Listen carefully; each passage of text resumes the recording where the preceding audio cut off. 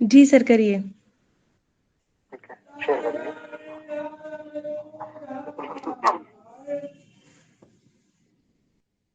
तो ये हमारा जो टेस्ट था 15 मार्च को, वो मेगा टेस्ट के नाम था, जिसमें हमने मेगा टेस्ट में उन्हीं टॉपिक्स को, उन्हीं सब्जेक्ट्स को रखे हैं जो मेजर क्वेश्चन यहाँ से पूछे जाते हैं, जो इम्पोर्टेंट सब्जेक्ट है उन्हीं को हमने एक बार, ताकि आपका रिवीजन उन मेजर सब्जेक्ट्स का हो जाए। और जिसमें जो यूनानी के ताल्लुक से सबसे ज्यादा जो पढ़ी जाती है किताबें या पीजीटी के लिए वसूल थी, जामिनर्जी और रहमरे मोलेजा, तो उसी को हमने माइंड में रख के ये टेस्ट वो किया हुआ है, डिजाइन किया हुआ है। तो मेरा पहला मेगा टेस्ट था, जिसमें आपका पूरा सिलेबस कंप्लीट था, जिसमें हमने अरबिया वाला पोर्शन छोड़ दिया था क्योंकि वो जामिन अरबिया में कवर हो जाएगा। उसके अलावा एनाटॉमी और सर्जरी थी। तो हम शुरू करते हैं। जो हमारा पहला क्वेश्चन था वो जो है मुरकबिया से शुरू करते हैं। हमारा पहला क्वेश्चन था मजलिस तहकीकात किसने और कब कायम किया था। जब आपसे पूछा जाता है तो इसमें दो चीजें थी, या तो डायरेक्ट आपसे पूछा जाए मजलिस तहकीकात कब कायम किया गया, या मजलिस तहकीकात किसने कायम किया। तो मजलिस तहकीकात जो है वो अजमल खान साहब ने कायम किया था। ठीक है। अब एक जो है उन्होंने बनाया कि इनमें तिब के अरकान अरबा के नाम से एक कमेटी बनाई थी, जिसमें अजमल खान साहब खुद थे, डॉक्टर फजलुर रहमान साहब थे, और हसी मोहम्मद इलियास साहब थे, और अल्लामा कदरुद्दीन साहब थे। तो आपसे इन तीन सवाल इन सब में पूछ सकता है कि तिब के अरकान अरबा कौन कौन है, तो ये आपके जवाब हो जाएंगे। किसने कायम किया, तो अजमल खान साहब ने किया था। और कब कायम किया था, तो इन्होंने 2 जुलाई 1926 में कायम किया था। तो आपका ये सेकंड ऑप्शन सही हो जाएगा। ठीक है। Next question. नेक्स्ट क्वेश्चन है आप स्टेटमेंट का। पहला स्टेटमेंट है असबाब मादिया सेहत व मर्ज के लिए महल व मौजूद से। देखिए, असबाब से भी एक क्वेश्चन पूछा जाता है कि असबाब की पहले किस्में कितनी होती हैं, तो हम लोग करते हैं 4 किस्में, मादिया, खायदिया, सौरिया, तमानिया। ठीक है। फिर उसमें बहुत इंपॉर्टेंट बनता है असबाब मादिया कौन होते हैं, ठीक है, या असबाब सौरिया कौन कौन से होते हैं। तो असबाब मादिया में हम लोग अरकान, अखलाक, आदा, अरवाह, अलिफ वाले, ठीक है, अफाल को छोड़ के सारे अलिफ वाले जो होते हैं वो असबाब मादिया होते हैं। ठीक है। अरकान, अखलाक, आदा, अरवाह आप इसे याद कर लीजिए। एक एक अरकान जो अलिफ से जितने भी अफाल को छोड़ के वो सब असबाब मादिया। तो यहाँ सवाल जो पूछा गया था वो आपसे पूछा गया था असबाब मादिया सेहत व मर्द के लिए महल व मौजूद। देखिए, असबाब मादिया हम उन असबाब को कहते हैं जिनमें सेहत या मर्द कायम होता है। ठीक है। जिनमें सेहत या मर्द कायम हो उन्हीं को असबाब मादिया कहते हैं, या दूसरे लफ्जों में इसे कहा जाता है जो सेहत व मर्द के लिए क्या हो, महल व मौजूद हो। ठीक है। यानी जहाँ महल क्या होता है, जहाँ लोग रहते हैं, कायम होते हैं। ठीक है। तो महल व मौजूद, तो असबाब मादिया सेहत व मर्द के लिए महल व मौजूद होता है। बिल्कुल सही है। दूसरा दिया मौजू बई कर की मिसाल अखलाक है। अब मौजू में हम लोग पढ़ते हैं मौजू करीब और मौजू बईद। तो मौजू करीब की जो मिसाल होती है वो आदा और अरवा होती है। मौजू बईद की मिसाल जो होती है वो अखलाक होती है। और बईद कर की मिसाल वो अरकान होती है। तो यहाँ बईद कर की मिसाल अखलाक दिया हुआ, इसलिए गलत होगा। मौजू बईद की मिसाल अखलाक होती है, बईद कर की मिसाल होती है अरकान। ठीक है। तो दूसरा बयान गलत हो जाएगा, फिर बयान एक सही होगा। ठीक है। हमारा नेक्स्ट क्वेश्चन है उमूर बदनिया किसे कहते हैं। इंपॉर्टेंट है थोड़ा सा। उमूर बदनिया हम लोग पढ़ते हैं उमूर कबिया। ठीक है। तो अज्जाए मादिया हो या अज्जाए सौरिया हो या कुआ और अफाल हो, यानी जो हम लोग पढ़ते हैं उमूर कबिया, उन्हीं को उमूर बदनिया कहते हैं। यानी जो बदन के बनाने में जिन उमूर की जरूरत पड़ती है, तो सारे असबाब मादिया की भी जरूरत होती है, असबाब सौरिया की, और कुआ और अफाल की। तो इसमें उमूर बदनिया सभी हो जाएंगे। ठीक है।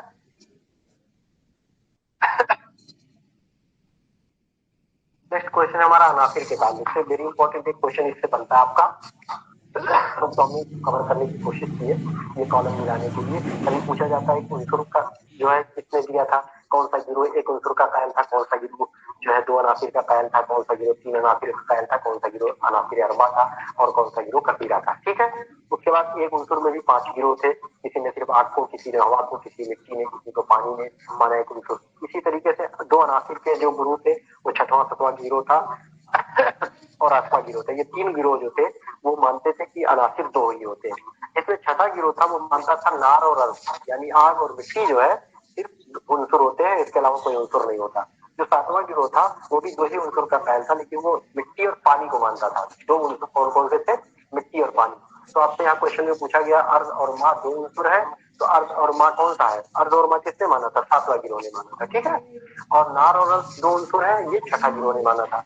उसके बाद मिल, ठीक है, दहन और किबरीत, आप लोग 3 लोग पढ़ते हैं ना, 3 चीजें, ये अनासिर 3 अनासिर वालों में से थे। या 11वां गिरोह को कीड़ादान का गिरोह कहा जाता था। इनका अकीदा था कि पूरी कायनात जो है किससे बनी हुई है, दहन यानी रोगन से, नमक से और गंधक से, यानी 3 चीजों से। ठीक है, तो ये कौन सा गिरोह था? ये 11वां गिरोह था। उसके बाद जो है असीर। असीर जो होता है ये आसमान, संस्कृत में आकाश को कहते हैं असीर संस्कृत में। ये 5वां जो गिरोह था, मतलब सॉरी जो 13वां गिरोह था, ये अनासिर 5 को मानते थे। तो उन्होंने 4 जो हमारे पढ़ते जो अरबा, उसके अलावा 5वां इन्होंने असीर को माना था। ठीक है, तो ये 13वां गिरोह हो जाएगा। तो इसमें पहला का फोर्थ, बी का थर्ड, सी का फर्स्ट, डी का सेकंड। उसके अलावा जिसमें सवाल पूछे जाते हैं वो आपसे पूछे जाते हैं जो मैंने आपसे अभी सेक्शन डिवीजन करके पूछा। नेक्स्ट क्वेश्चन है कि असहाब खलीज 14वें गिरोह को कहते हैं। ठीक है, तो अटेंशन जो इसमें दिया हुआ है उसमें दिया हुआ है कि असहाब खलीज 14वें गिरोह को कहते हैं। तो जो 14वां गिरोह था यह अनासिर कसीरा का गिरोह था। इन्होंने बताया था कि जो अनासुर अकेले नहीं पाए जाते, वो मिले जुले हुए आपस में होते हैं, खाली सूरत में नहीं पाए जाते, इसीलिए इनका नाम असहाब खलीज रखा गया। खलत मलत से बना हुआ ना, खिल्त, उसी से बना हुआ मिले जुली चीजों को हम लोग क्या कहते हैं, खिल्त कहते हैं। तो असहाब खलीज जो थे उनका मानना था कि जो अनासिर होते हैं वो तनहा नहीं होते, वो खालिद तौर पे नहीं पाए जाते हैं, बल्कि मिले जुले होते हैं और इनकी तादाद बहुत सारी होती है। तो असर्शन तो सही है, असहाब खलीज 14वें गिरोह को कहते हैं। रीजन दिया हुआ है कि ये गिरोह अनासिर कसीरा का कायल था। बिल्कुल रीजन सही है कि ये गिरोह अनासिर कसीरा का कायल था, लेकिन एक्सप्लेनेशन नहीं है। वेरी इंपॉर्टेंट, मैं आपको बताऊं असर्शन रीजन से आप लोग यही गलती करते हैं कि आप लोग असर्शन पढ़े रीजन पढ़े, असर्शन सही मिला, रीजन सही मिला, आपको लगता है असर्शन रीजन सही है, वजाहत भी कर रहा है। देखो आवाज बहुत रिटेट हो रही है। क्या हो रहा है? आवाज बहुत पीछे से बैकग्राउंड आवाज आ रही है। बैकग्राउंड आवाज आ रही है? किसी का माइक अगर म्यूट, माइक किसी का माइक अगर आप लोग बंद कर लीजिए। किसी का माइक अगर ऑन है तो वो आसिफ कौन है? आसिफ जो है और जो भी लोग हैं माइक अपने प्लीज सभी लोग म्यूट कर ले। जब क्वेश्चन पूछना हो तब आप उसी वक्त म्यूट कर लिया करें। ठीक है, अब सही आ रहा है? जी। चलिए, तो इसमें क्वेश्चन जो था असर्शन रीजन का, तो होता है कि हम लोग क्या करते हैं, असर्शन देखें सही है, रीजन सही है, तुरंत पहला ऑप्शन टिक कर देते हैं। देखिए असर्शन रीजन में इंपॉर्टेंट, वेरी इंपॉर्टेंट जो होता है वो ये होता है कि जो असर्शन कहा गया है, ठीक है, वो उस बात को रीजन एक्सप्लेन कर रहा है कि नहीं, यानी उसके वजह बयान करे वो। ठीक है, जैसे हमने कह दिया कि जो सूरज जो है सुबह जो है रोशनी पूरब की तरफ से निकलती है, रोशनी पूरब की तरफ से दिखाई देती है। अब उसका रीजन हम बताएंगे कि चूंकि सूरज जो है पूरब की तरफ से निकलता है, तब ये इसका एक्सप्लेनेशन हो जाएगा। अब हम एक तरह लिख दें कि सूरज जो है रोशनी जो है पूरब की तरफ से निकलती है, और दूसरा ये लिखे कि सुबह में रोशनी हो जाती है, तो ये एक्सप्लेनेशन नहीं होगा। ठीक है, तो एक्सप्लेनेशन का मतलब होता है जो बात असर्शन में कही गई उसके ताल्लुक से रीजन बयान किया गया। रीजन कहीं ऐसा नहीं कि दूसरी चीज बयान कर दी गई बात सही हो लेकिन वो गलत हो जाता है। तो जैसे इसमें मैंने कहा था असहाब खलीज 14वां गिरोह है, तो 14वें गिरोह को असहाब खलीज कहते हैं, बिल्कुल सही है। रीजन ये कह रहा है ये गिरोह अनासिर कसीरा का कायल था, अनासिर कसीरा का कायल था, लेकिन अनासिर कसीरा का मतलब बिल्कुल ये नहीं हो रहा है कि असहाब खलीज। असहाब खलीज का मतलब अब यहाँ हम लिखते हैं कि इनका मानना ये था कि अनासिर खालिद सूरत में नहीं पाए जाते, मिले जुले होते हैं, तब ये रीजन एक्सप्लेन कर रहा होता बढ़िया से, तब यहाँ असर्शन रीजन और उसका एक्सप्लेनेशन सही होता। तो अगर उस ताल्लुक से हम यहाँ सवाल बनाएंगे तो पहला ऑप्शन तब सही होगा जब हम यहाँ असर्शन बना दें असहाब खलीज 14वें गिरोह को कहते हैं। रीजन में देखें इस गिरोह का ख्याल था कि अनासिर खालिद सूरत में तकरीबन पाए ही नहीं जाते, तो असर्शन भी सही होता, रीजन भी सही होता, एक्सप्लेनेशन भी सही होता। ठीक है, समझ में आ गया? तो आप लोग गलतियां बिल्कुल मत किया करिए, असर्शन रीजन के क्वेश्चन लोग बहुत गलत करते हैं। हमारा नेक्स्ट क्वेश्चन है मिजाज मोतदिल की कितनी किस्में हैं। बहुत इंपॉर्टेंट सवाल है, होता है इसमें लोग गलत करते हैं। कोई कभी आता है मिजाज मोतदिल की कितनी किस्में हैं, कभी पूछा है जो है उसकी कितनी किस्में हैं, मिजाज मोतदिल हकीकी की, कभी पूछा जाता है मिजाज मोतदिल तिब्बी की, कभी पूछा जाता है आपसे इम्तिजाज की। तो सबसे पहले इम्तिजाज की अगर किस्में पूछी जाए तो इम्तिजाज की सिर्फ 2 किस्में होती हैं, सादा या साजिद उसी को कहते हैं, और हकीकी कहते हैं। अगर आपसे मिजाज के किस्में की पूछी जाए तो मिजाज की सिर्फ 2 किस्में बताएंगे हम, मिजाज मोतदिल और मिजाज गैर मोतदिल। और अगर फिर मिजाज मोतदिल की किस्में पूछी जाए तो इसकी भी सिर्फ 2 किस्में होती हैं, हकीकी और तिब्बी। अब तिब्बी के अक्साम में पूछे जाएंगे तब आप उसको आठ करेंगे। ठीक है, यही पे गलती करते हैं लोग, गलत कर जाते हैं। तो आंसर 2 हो जाएगा। नेक्स्ट क्वेश्चन हमारा असर्शन रीजन का है, अकली में चहारुम के लोगों का मिजाज इत्तिदाल हकीकी से ज्यादा करीब होता है। ये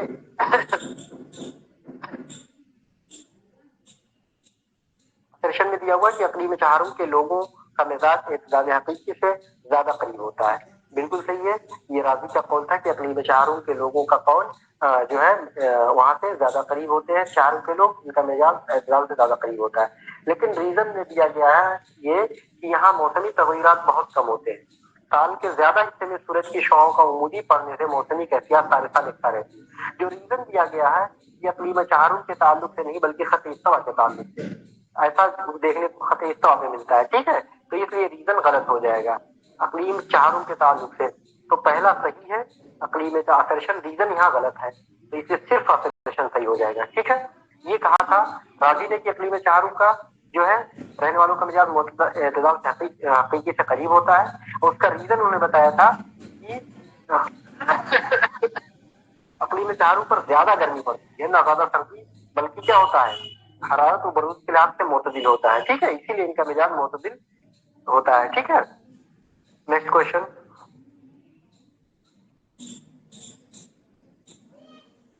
अगला है मिजाज आमार। इसमें से एक सवाल आते हैं, कभी आमार मिजाज पूछ लेता है, कभी उम्र पूछ लेता है। ठीक है, कभी दूसरा नाम पूछ लेता है, और कभी सीने नमू जो होता है उसके दर्जात पूछ लेते हैं, कितने दर्जात हैं। तो मिजाज आमार जो होते हैं कि 5 दर्जात यहाँ दिया हुआ है आपके बयान में, जो बिल्कुल गलत है। मिजाज आमार हम लोग 4 पढ़ते हैं, 4 दर्जात। सीने नमू, सीने शबाब में, उसी को सीने वकूफ कहते हैं। सीने कबूलत होता है, सीने शकुकत होता है। ठीक है, तो पहला स्टेटमेंट गलत हो गया। दूसरा दिया हुआ है 1 साल से 5 साल की उम्र वाले बच्चे को सीने सभा में रखे जाते हैं, यानी सीने सभा में आते हैं।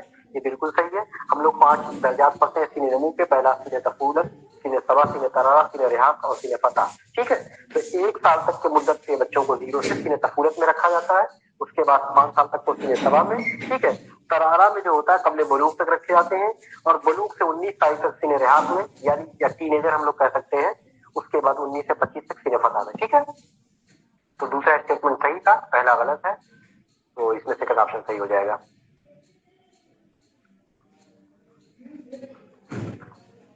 वो रतूबत जो खुलियात के बातें में पाई जाती है, वेरी इंपॉर्टेंट क्वेश्चन है आपको। ठीक है, रतूबत बदन की कितनी किस्में हैं, तो कभी आपसे सवाल पूछा जाता है बैतबारे महल रतूबत की कितनी किस्में हैं अबू सैल मसीही के नजदीक, या पूछा जाता है किसने जो है 3 किस्मों में तकसीम किया, तो अबू सैल मसीह हो जाएगा।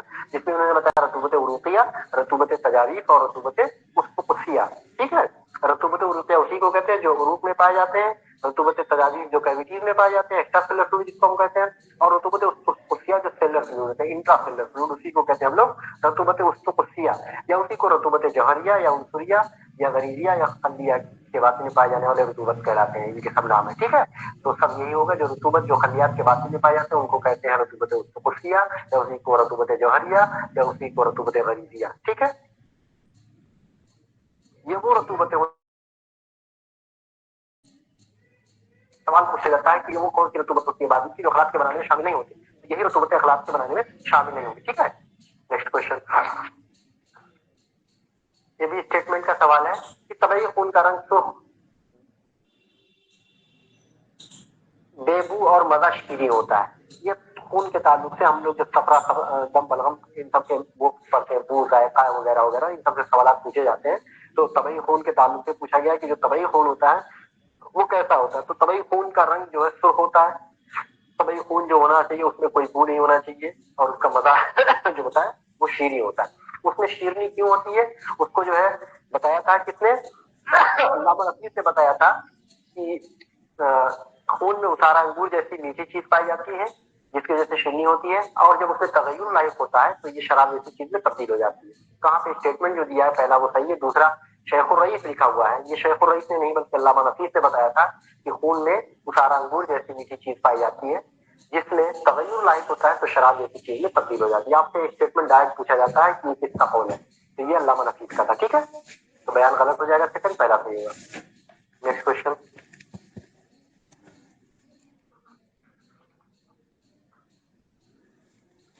हैवान के लिहाज से बलगम गैर तबई की कितनी किस्में, देखिए बड़ी इंपॉर्टेंट है बलगम की किस्में। बलगम के अक़साम आपसे खूब पूछे जाते हैं। ठीक है, कि मजे के लिहाज से, हैवान के लिहाज से, ठीक है, रंगत के लिहाज से, तो ये सवाल इंपॉर्टेंट हो जाता है। ठीक तो हैवान के लिहाज से बलगम गैर तबई की कुल कितनी किस्में होती हैं, 4। ठीक है, जिसे हम पढ़ते हैं माई, जुस्सी, खाम या जुजावी। ठीक है, नेक्स्ट क्वेश्चन। अगला क्वेश्चन है, जब सफरा के साथ रकीक बलगम मिल जाए तो गैर तबई सफरा को क्या कहते हैं? बहुत इंपॉर्टेंट ये भी सवाल है। आप लोग दो चीजें पढ़ते हैं, एक पढ़ते हैं मिर्रा सफरा और एक पढ़ते हैं सफरा मुहैया। ठीक है, मिर्रा सफरा और सफरा मुहैया। जब गलीज बलगम सफरा के साथ मिलता है तो उसको मुहैया कहते हैं, और जब रकीक बलगम मिले तो उसको मिर्रा सफरा कहते हैं। ठीक है, रकीक मेरे आता है, मिर्रा मेरे आता है। ठीक है, इसी हिसाब से पढ़ लीजिएगा, मिर्रा सफरा रकीक बलगम। वेरी इंपॉर्टेंट सवाल है, सवाल इससे पूछा गया है। तो दोनों मुहैया से भी आ सकता है आपसे, या मिर्रा सफरा। तो रकीक मिले मिर्रा, गलीज मिले तो मुहैया।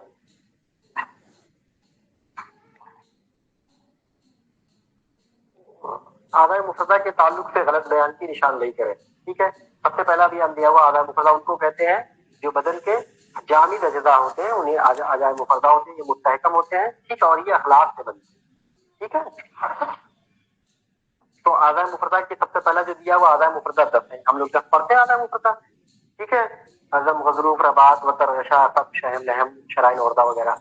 उसके बाद दूसरा दिया है मसीही ने शराइन और औरदा को सिर्फ अरूक लिखा है, तो दूसरा स्टेटमेंट दिया है। तीसरा दिया है मसीही ने शराइन और औरदा को सिर्फ अरूक लिखा है। बिल्कुल सही है, मसीही ने कहा था कि शराइन और औरदा को उन्होंने जो जिक्र किया था, जो क्लासिफिकेशन अपना दिया था, तो वो अरूक के नाम से दे दिया था, उनमें दोनों को शामिल कर लिया था। इनके जुज और कुल पर एक नाम सादिक आते हैं, तो जिनके जुज और कुल पर एक नाम सादिक आते हैं उन्हें आदाय मुफरदा कहते हैं, और जिनके जुज और कुल पर एक नाम सादिक नहीं आते उनको आदाय मुरक्कबा कहते हैं। तो ये भी सही हो गया। एक दिया हुआ शेख ने जुफर को आदाय, जुफर नाखून यानी, तो नाखून को शेख ने आदाय मुफरदा में शामिल किया। शेख ने नहीं किया था बल्कि अबू सैल मसीही ने। ठीक है, साहिब कामिल यानी अली इब्न अब्बास मजूसी और अबू सैल मसीही ने इन तीनों को आदाय मुफरदा में किया था, नाखून को, ठीक है, गुदा को और शार को। ठीक है, तो ये गलत हो गया, शेख ने नहीं बल्कि अबू सैल मसीही होता या साहिब कामिल होता ऑप्शन में। ठीक है, नेक्स्ट क्वेश्चन।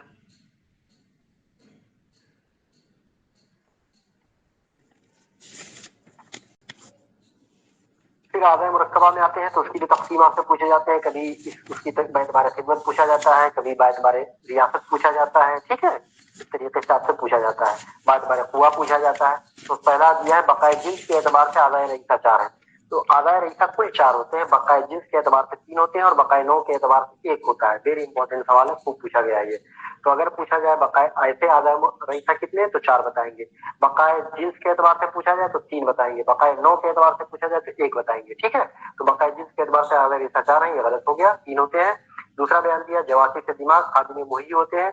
बिल्कुल, जवासी से दिमाग हम किसको कहते हैं?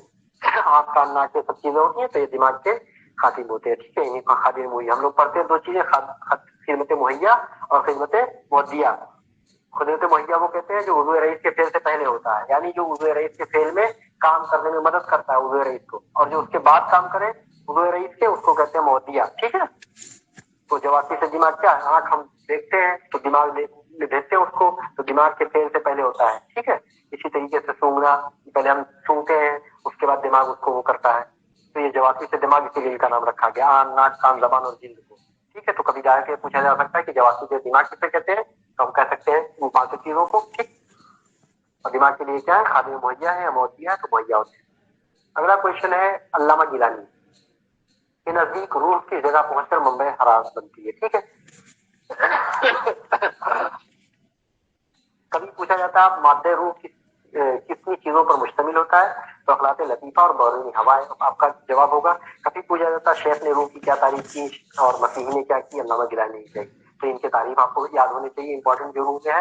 तीसरा सवाल पूछा जा सकता है, ये जो मैंने आपसे पूछा है कि अल्लामा गिलानी ने रूह किस जगह पहुंचकर मुंबई हरास बनता है, तो अल्लामा गिलानी फरमाते हैं कि तौलीद रूह की इब्तिदा जो होती है वो फेफड़ों से होती है। ठीक है, और जब हम तनफ्फुस के जरिए हवा को अंदर लेते हैं तो वहां से कल्ब में जब ये पहुंचती है तो मुंबई हरास बन जाती है। ठीक है, हरास का मंबा बन जाती है, तो ये कल्ब में पहुंचने के बाद रूह मुंबई हरास बनती है। ठीक है, और एक सवाल इसमें पूछा जाता है रूह का इतलाक कब होता है। ठीक है, तो रूह का इतलाक कब होगा?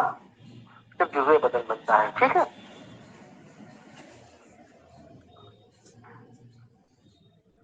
उसके बाद आपसे पूछा कि इसमें कौन सा क़ुव्वत फ़ाइला की जिसमें शामिल क़ुव्वत नहीं है। क़ुव्वत नफ़सानिया की तक़सीम पूछे जाते हैं आपसे, क़ुव्वत नफ़सानिया की जो किस्में होती है, मुहर्रिका, मुदरिका। ठीक है, उसके बाद फिर मुदरिका के अक़साम पूछे जाते हैं आपसे, या मुहर्रिका के अक़साम पूछे जाते हैं। तो क़ुव्वत मुहर्रिका की भी किस्में कितनी होती है? 2 होती है, क़ुव्वत शौक़िया और क़ुव्वत फ़ालिया। उसके बाद यहाँ पे पोते फाइलिया के हमने अक़साम पूछे हैं, कौन शामिल नहीं है। तो पोते शौकिया हम लोग पढ़ते हैं, उसमें दो होते हैं उसके खातिर, शहवानिया और गलिया। इसी तरह फाइला जो होता है उसके ख्यालिया, शौकिया, अदमा और अमलिया होता है। तो इसमें जो गजबिया होता है वो पोते शौकिया का हिस्सा है, ठीक है, फाइलिया का नहीं है। तो ये सब याद होना चाहिए, क्योंकि मिलते जुलते थोड़ा सा गड़बड़ हो जाता है। तो पोते नफसानिया की दो किस्में, मुहरिका मुद्रिका। फिर आप जो पढ़ते हैं मुहरिका की किस्में दो होती है, शौकिया और फायदा। फिर शौकिया के दो खादिम, पोते शहवानिया और गजबिया। इसी तरीके से पोते फाइलिया के 4 खादिम होते हैं, पोते ख्यालिया, शौकिया, आजमा और अमलिया या फायदा जिसको कहते हैं हम लोग, ठीक है। नेक्स्ट क्वेश्चन असर्शन रीजन का है। ये भी देखिए इंपॉर्टेंट क्वेश्चन है, लोगों ने बहुत गलत किया हुआ है और बहुत ही आसान क्वेश्चन है। दिया हुआ पोते मुतसरफा को वकील से तशबीह दी जाती है। तो सबसे पहले इनके नाम आते हैं, आपसे पूछे जाते हैं किसको वकील कहा गया, किसको बादशाह कहा गया, ठीक है। जोड़ तोड़ करने वाला कौन होता है। तो असर्शन दिया है पोते मुतसरफा, तो हम लोग पोते मुतसरफा को वकील जानते हैं, ठीक है, बिल्कुल सही ऑप्शन है ये। पोते मुतसरफा को हम लोग वकील कहते हैं। और दूसरा रीजन इसका दिया हुआ है, ये हवा से खमसा बातना की एक किस्म है जो दिमाग के अंदर पाई जाती है। देखो पोते मुतसरफा जो होती है वहां से खमसा बातना की किस्म है, नो डाउट। 5 किस्में होती हैं जो हम लोग पढ़ते हैं हवा से खमसा बातना में, ठीक है, जिसमें हम लोग पढ़ते हैं मुश्तरिक, मुतखय्यला, मुतसरफा, उसके अलावा पोते वाहिमा और हाफिजा, ठीक है, जिसमें हम जो है वाहिमा जो होता है उसको हम बादशाह से तशबीह देते हैं और मुतसरफा को वकील से। ये दोनों सवाल पूछे गए हैं और ये 5 हवा से बातना की सूरत होती है। लेकिन रीजन यहाँ एक्सप्लेन नहीं कर पा रहा हम। रीजन इसका ये होना चाहिए एक्सप्लेनेशन का कि पोते मुतसरफा को वकील क्यों कहा गया। वकील इसलिए कहा जाता है क्योंकि इसका काम क्या होता है, जोड़ तोड़ करना, ठीक है, ये जोड़ना तोड़ना, जोड़ तोड़ के, जैसे वकील होते हैं ना कि बहस करते हैं, बातों को जोड़ तोड़ के एक साथ मिला के एक पूरा मैटर बना के जज के सामने पेश कर देते हैं। इसी तरीके से पोते मुतसरफा होता है कि चीजों को जो हम देखते हैं उसको इश्तराक करता है, उसके अंदर तसरुफ करता है, जोड़ तोड़ करता है और फिर वो पेश करता है दिमाग को। इसीलिए इसका नाम होता है पोते मुतसरफा यानी वकील से तशबीह दी गई है। तो इसका एक्सप्लेनेशन जो होगा ये होता कि ये बाहरी इश्तराक क्या करता है, जो हम सूरत महसूस करते हैं उनका इश्तराक करता है और तसरुफ करता है, तब होता है इसका एक्सप्लेनेशन। तो रीजन सही है लेकिन एक्सप्लेनेशन सही नहीं, फिर सेकंड सही होगा, ठीक है।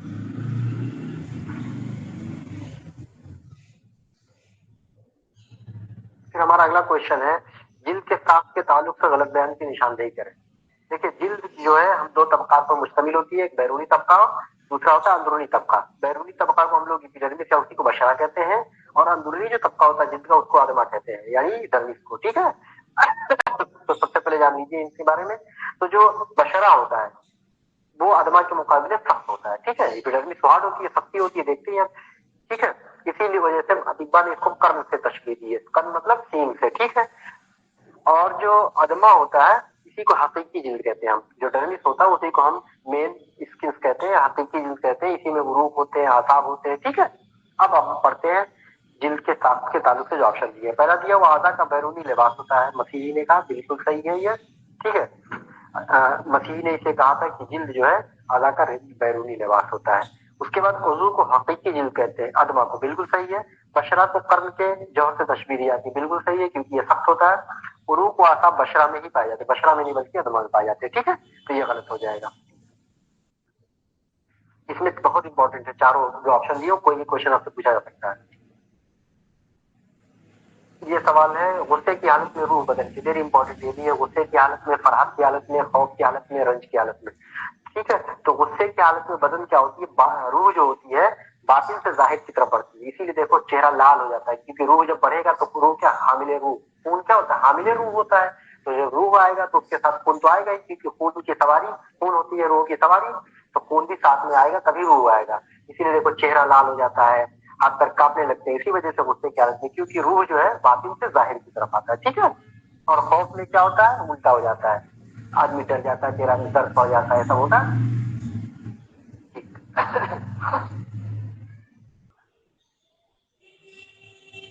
अगला क्वेश्चन है, पोते गाजिया ज्यादा कभी होता है इस सूरत में, सीने नमू में, सीने शबाब में या सीने शकूकत में।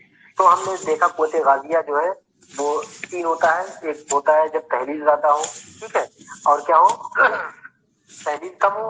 और जब पोते गाजिया में क्या होता है, 3 मदारिज पाए जाते हैं। एक तो ये होता है कि तहलील ज्यादा होता है, ठीक, और ग्रोथ ज्यादा होता है, तहलील कम होता है, यानी बच्चों में। ठीक है, उसके बाद जवानों में तहलील बराबर होता है, जितना मतलब उसमें कैटाबॉलिज्म एनाबॉलिज्म बराबर हो जाता है, तो ये सीने शबाब में देखने को मिलता है। और बुढ़ापे में क्या होता है, तहलील ज्यादा होने लगता है। ठीक है, यानी जितना हम ग़िज़ा लेते हैं, यानी इसमें कैटाबॉलिज्म ज्यादा होता है और एनाबॉलिज्म कम होने लगता है। तो बच्चों में एनाबॉलिज्म ज्यादा होता है, जवानों में एनाबॉलिज्म कैटाबॉलिज्म बराबर हो जाता है, और बूढ़ों में क्या होता है, कैटाबॉलिज्म ज्यादा होने लगता है। ठीक है, तो इसी वजह से पोते गाजिया सीने नमू में ज्यादा कवी होता है, सीने शबाब में एतदाल पे पाया जाता है, और सीने शफकत पे ज़ईफ हो जाता है। ठीक है, तो ज्यादा कभी हमेशा नमू में होगा, आप लोग शबाब में गवी रहे, शबाब में एतदाल पे हो जाता है। ठीक है, हमारा अगला क्वेश्चन है जिगर अखलाक स्टेटमेंट का सवाल है।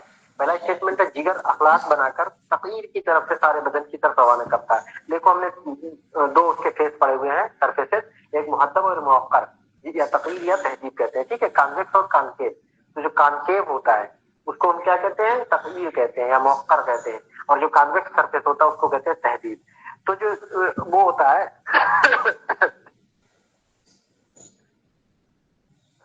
जिगर में जब अखलाक बनता है तो अखलाक क्या करता है, ये तकदीर की जानिब से जज्ब करता है और पूरा अखलाक तहदीर की तरफ से बदन की तरफ रवाना करता है। जज्ब करता है तकदीर की जानिब से, रवाना करता है तहदीर की जानिब से। ठीक है, तो ये गलत हो जाएगा, तकदीर की तरफ से नहीं बल्कि तहदीर की तरफ से बदन को देता है, जज्ब करता है तकदीर की तरफ से। समझ रहे बात को कि नहीं? जो मवाद से होता है, एक्सप्लेन ये कर रहे हैं, जैसे जो मैदा से और ईमा से जो मवाद मिला, ठीक है, ठीक, जो भी चीज हमने खाना खाया, मैदा और ईमा से जो वो हुआ, उसके जरिए मसाले के जरिए, तो वो कहाँ पहुंचा, कब्ज में पहुंचेगा मेटाबॉलिज्म के लिए। ठीक है, तो जो पहुंचता है कब्ज में वो किस जानिब से जाता है, उसके तकदीर के जानिब से, मुकार सरफत से, यानी इस जानिब से जाएगा आपके, उसके कॉन्केव सरफेस से एंट्री मारता है। और जब वो अखलाक बन जाता है, ये अखलाक फिर बदन की तरफ रवाना किस जानिब से किया जाएगा, उसके कॉन्वेक्स सरफेस से, यानी इसके मुहद्दब की तरफ से, यानी तहदीब की तरफ से। वेरी इंपॉर्टेंट है, कभी पूछा जाता है अमराज के ताल्लुक से कि अमराज तनफ्फुस अमराज मैदा कब होता है, जब तकदीर में लेजन पाया जाए या तहदीब में लेजन पाया जाए। तो ये सवाल मैं आपसे पूछ चुका हूँ पहले, तकदीर और तहदीब में लेजन के ताल्लुक से कि तनफ्फुस का कब होगा और उसका कब होगा। जो तकदीर कहाँ से आ रहा है, वो ईमा की तरफ से आ रहा है, तो कोई लेजन ईमा की तरफ अगर लीवर में होगा तकदीर में, तो अमराज मैदा होगा, और तहदीब तनफ्फुस में होगा। इसी तरीके से जो ईमा और मैदा से जो ग़िज़ा हजम होने के बाद लीवर हासिल करेगा, वो किस जानिब से हासिल करेगा, अपने तकदीर की जानिब से हासिल करेगा, अपने कॉन्केव सरफेस से हासिल करता है, और रवाना किस तरफ करता है, जब मेटाबॉलिज्म के बाद, हजम इस्तेहाला के बाद जब अखलाक बन जाता है, तो पूरे बदन में वो अपने तहदीब की तरफ से भेजता है। ठीक है, कंफ्यूजन तो नहीं कोई? तो पहला ये हो गया। दूसरा स्टेटमेंट था कि जब अब जो सफरा बना, सफरा क्या होता है, जो खून में शामिल होता है, और क्या होता है, ईमा की तरफ भेज दिया जाता है, जो तफ्सील ईमा वगैरह करता है। तो जो सफरा जो खून में शामिल होता है उसको सरीरा कहते हैं। ठीक है, और जो ईमा की तरफ भेज दिया जाता है उसको जहीरा कहते हैं। ठीक है, इंपॉर्टेंट सवाल है, डायरेक्ट पूछा गया सरीरा कब कहलाएगा, जहीरा। तो जब आमा की तरफ जाता है जो सफरा, वो जहीरा कहलाता है, जो खून में शामिल होता है उसे सरीरा कहते हैं। ठीक है, अगला क्वेश्चन हमारा असर्शन रीजन का है। इसमें पूछा गया है मनी फुजलात सालिहा होते हैं। देखिए हम लोग पढ़ते हैं दो चीज, एक फुजलात सालिहा, फुजलात रजिया। फुजलात सालिहा जो होते हैं उनकी तारीफ ये होती है कि वो आदा की परवरिश में सरफ है या जुज़े बदन बनने की सलाहियत रखते हो, तो उनको फुजलात सालिहा कहते हैं, और जो जुज़े बदन की सलाहियत नहीं रखते उनको फुजलात रजिया कहते हैं। ठीक है, तो जो फुजलात जो ये हमारा मनी जो होता है वो फुजलात सालिहा में आता है। ठीक है, क्योंकि ये तो पूरा जिस्म बना सकता है, मनी एक इंसान बनाता है, तो जुज़े बदन बन इसमें इसकी खासियत होती है, तो ये फुजलात सालिहा में। इसी तरह से दूध है, मिल्क जिसको कहते हैं, ये फुजलात सालिहा है। ठीक है, तो ये सब फुजलात सालिहा है।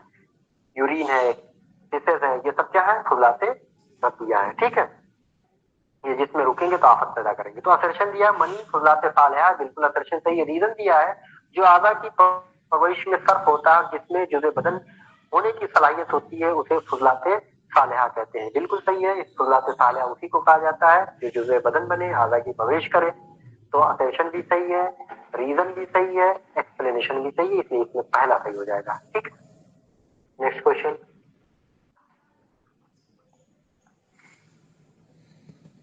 आय वाले बदन से ये सवाल पूछा गया, शेखुरसी के नजदीक सेहत और मर्द के दरमियान तकाबुल। देखो हम लोग पढ़ते हैं ना आय वाले बदन कितने हैं, सबसे पहले एक सवाल बनता है आय वाले बदन 3 है या 2 है। तो जालिनूस ने आय वाले बदन 3 बताया था, शेखुरसी ने 2 बताया था।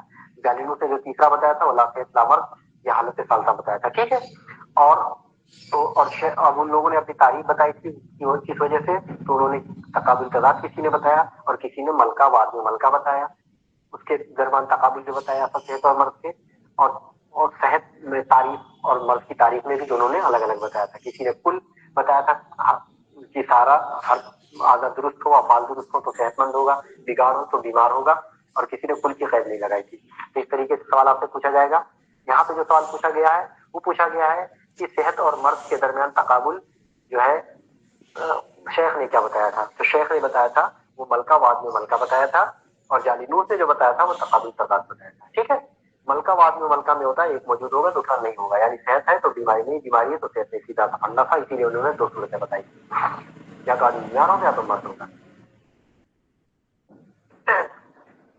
अगला क्वेश्चन है, आपसे सवाल पूछा गया है कि अमराज मिजाजी तो ये तरकीब की किस किस्म है। देखो हम अमराज मुफरदा हम पढ़ते हैं, 3 किस्म पढ़ते हैं, सुए मिजाज, सुए तरकीब, तफर्रुक के साथ। फिर सुए मिजाज में हम 2 किस्में पढ़ते हैं, मादी और सादा, फिर उसकी 8 किस्में पढ़ते हैं, ठीक है।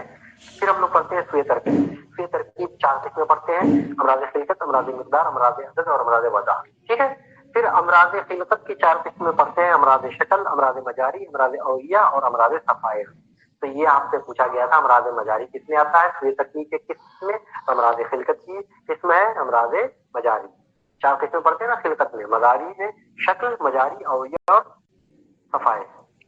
तो सुए तरकीब की किस किस्म में शामिल है ये मजारी, अमराज खिलकत में, ठीक है।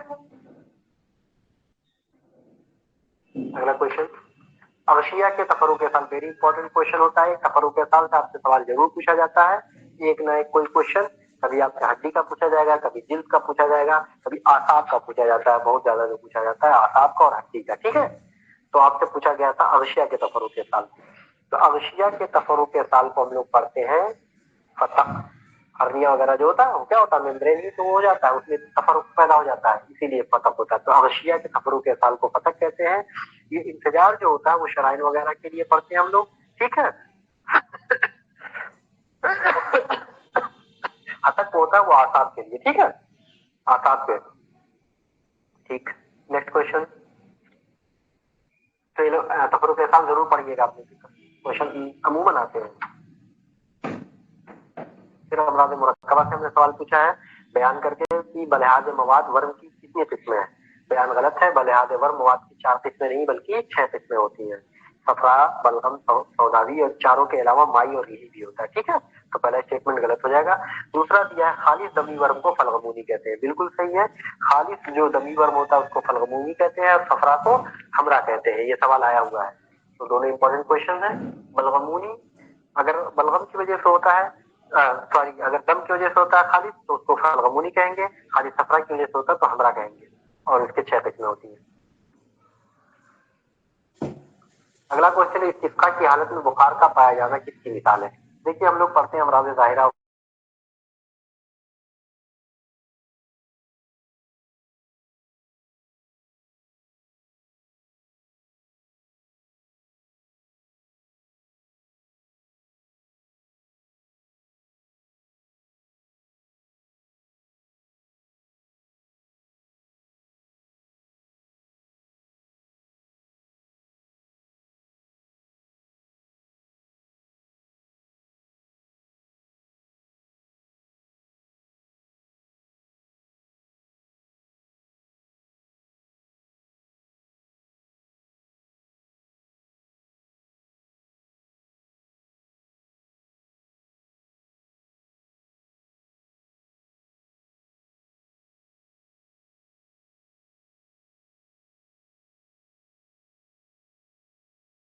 क्वेश्चन।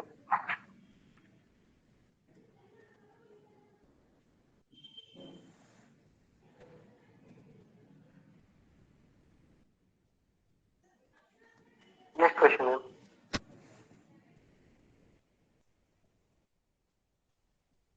ये हो गए किसका ख्याल से बुखार का पाया जाना हो गया। अगला क्वेश्चन हमारा है, स्टेटमेंट का है कि किसी भी मौसम का मिजाज मोतदिल नहीं होता है, ठीक है। तो ऐसा नहीं है भाई, हम तो पढ़ते हैं किस मौसम का मिजाज मोतदिल होता है। मौसम रबी का मौसम क्या होता है, मोतदिल होता है, तो ये गलत हो गया बयान। दूसरा दिया है जब सूरज की शुआएं जब खत इस्कान पर अमूदन पड़ती है तो शुमाल निस्फ कर कुर्रा पर रात बड़ी होती है और दिन छोटे होते हैं। बिल्कुल जस्ट उल्टा दिया हुआ ये, ठीक है। जब सूरज की शुआएं खत सरतान पर अमूदन पड़ती हैं तो शुमाली निस्फ कुर्रे में रात छोटी होती है, दिन बड़े होते हैं, ठीक है। तो ये उल्टा हो। तो आपसे कभी कभी ये सवाल पूछा जाएगा डायरेक्टली, इसमें स्टेटमेंट बना दिया, कहीं पूछा जाएगा कि रात छोटी कब होती है। तो रात कब छोटी होगी? जब जो है सूरज की शुआएं सरतान पर अमूदन पड़ती है, ठीक है। और इसका मिजाज मोतदल नहीं बल्कि किसी मौसम का मिजाज मोतदल का गलत है, मौसम रबी होता है मोतदल, तो दोनों गलत हो गए, ठीक है। अगला क्वेश्चन, इसमें फसूल जो है मौसम के, अच्छा क्वेश्चन आ गया। तो यहाँ पे हमने अमराज पूछा है, मौसम के मिजाज भी पूछे जाते हैं आपसे, ठीक है, इंपॉर्टेंट है। तो मौसम के मिजाज आप याद रखिएगा, ठीक है।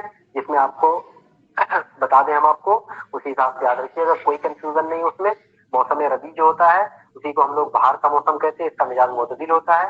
मौसम सैफ जो होता है जिसको मौसम गर्मा भी कहते हैं, इसका मिजाज हार याबिस होता है।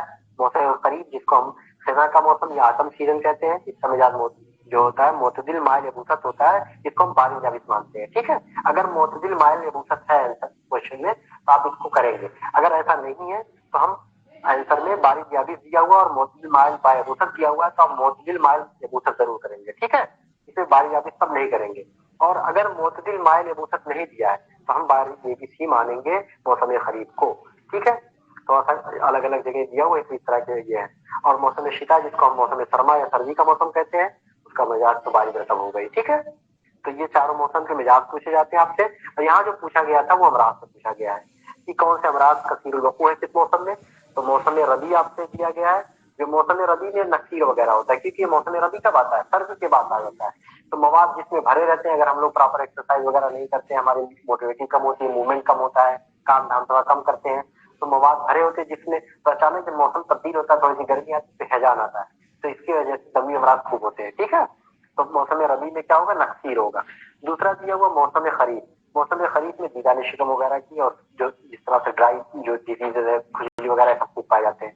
मौसम शिता, मौसम शिता में आपको जो है जातुरिया वगैरह का मिलेगा, ठीक है, निमोनिया वगैरह सब। और मौसम सैफ में आपको आशोब चश्म वगैरह, गर्मी वाले मौसम में आशोब चश्म देखने आपको होता है, ठीक है।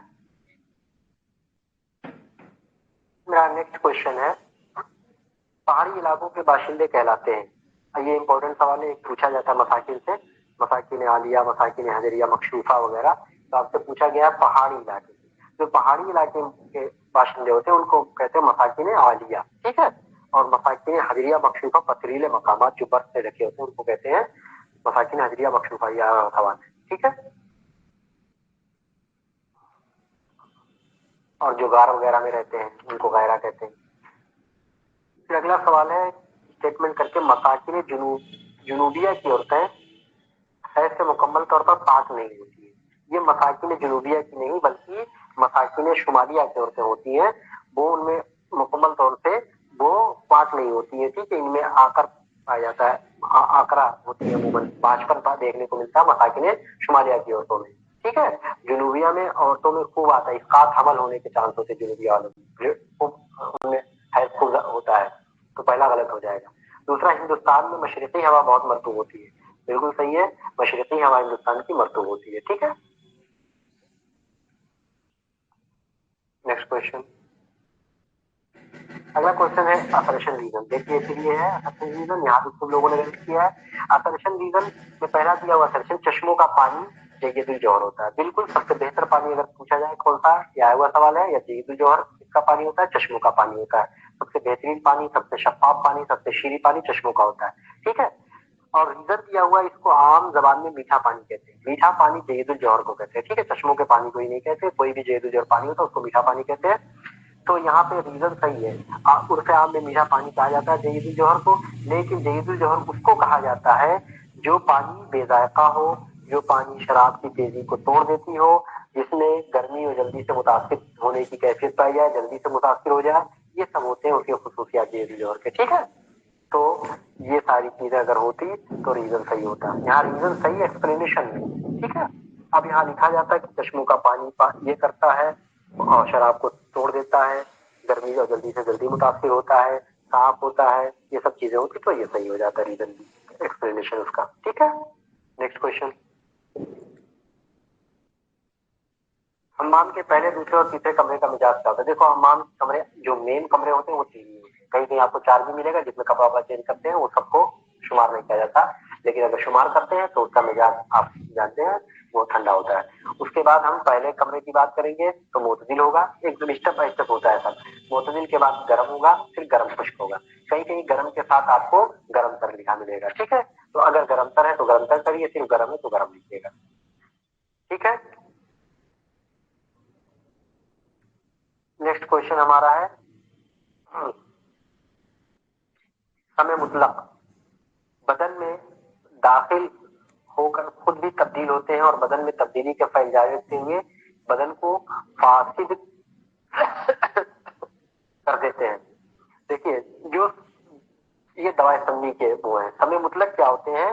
वो तब्दील नहीं होते, सिर्फ अपना खुद दाखिल होंगे बदन के अंदर और तब्दीली पैदा करते हैं जिस्म के अंदर, लेकिन उनके अंदर कोई तब्दीली लाभ नहीं होती।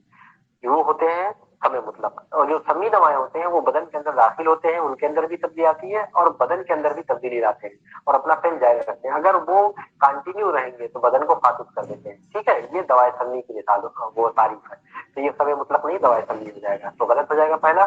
दूसरा दिया है कलीजी व फेफड़े ग़िज़ाए लतीफ कसीर तग़ज़िया जेदुल कैमूस।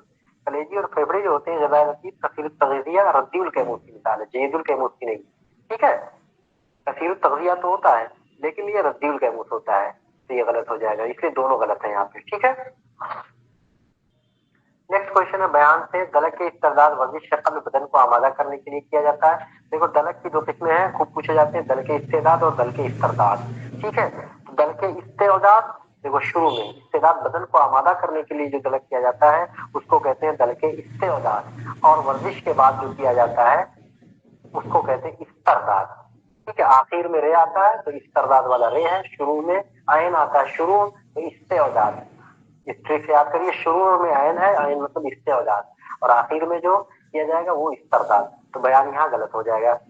बदन को आमादा करने के लिए इस्तरदाद नहीं बल्कि इस्तेदाद किया जाता है। बयान तो है रियाजत आम्मा, रियाजत ज़ातिया की एक किस्म है, बिल्कुल सही है। हम लोग रियाजत पढ़ते 2 किस्म की होती है, रियाजत अर्जिया और रियाजत ज़ातिया। ठीक है, रियाजत ज़ातिया को कहते हैं रियाजत खालिसा भी। ठीक है, फिर रियाजत ज़ातिया में वही होता है, अर्जिया मतलब हम लोग करें नहीं बस हो जाए रियाजत, एक होता है रियाजत इरादे के साथ किया जाता है। ठीक है,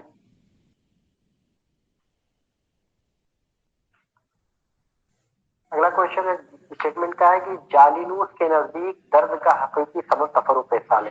देखिए आपसे जब पूछा जाएगा नॉर्मल कि दर्द का कितने असबाब क्या है, तो दर्द के 2 असबाब होते हैं, सुए-मिजाज मुख्तलिफ और तफरुक साल। ठीक है, डायरेक्ट अगर पूछा जाए किसी का नाम देके ना किया जाए तो दर्द के जो असबाब होते हैं या वजह के असबाब होते हैं सुए-मिजाज मुख्तलिफ और तफरुक साल होता है, लेकिन जालिनूस ने बयान किया था कि जो दर्द का हकीकी सबब होता है वो सिर्फ तफरुक साल होता है। ठीक है, तो पहला बयान था जालिनूस, बिल्कुल सही है। दूसरा दिया है शेखुर रईस के नजदीक अक़साम वजह 15 है।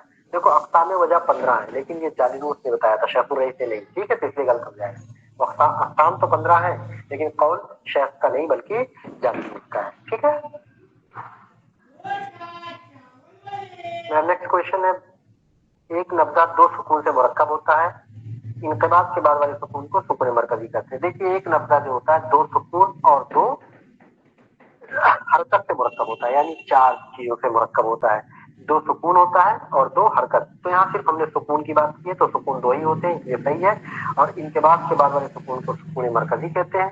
ठीक, तो ये चीजें बिल्कुल सही है, इनकलाब वाले बाद सुकून को सुकून मरकजी कहते हैं और इनकलाब के बाद वाले को सुकून खारजी या उसी को सुकून मुहीती कहते हैं। ठीक है, तो पहला ऑप्शन सही। दूसरा है अल्लामा करशी के नजदीक नब्ज की हरकत वज़िया है।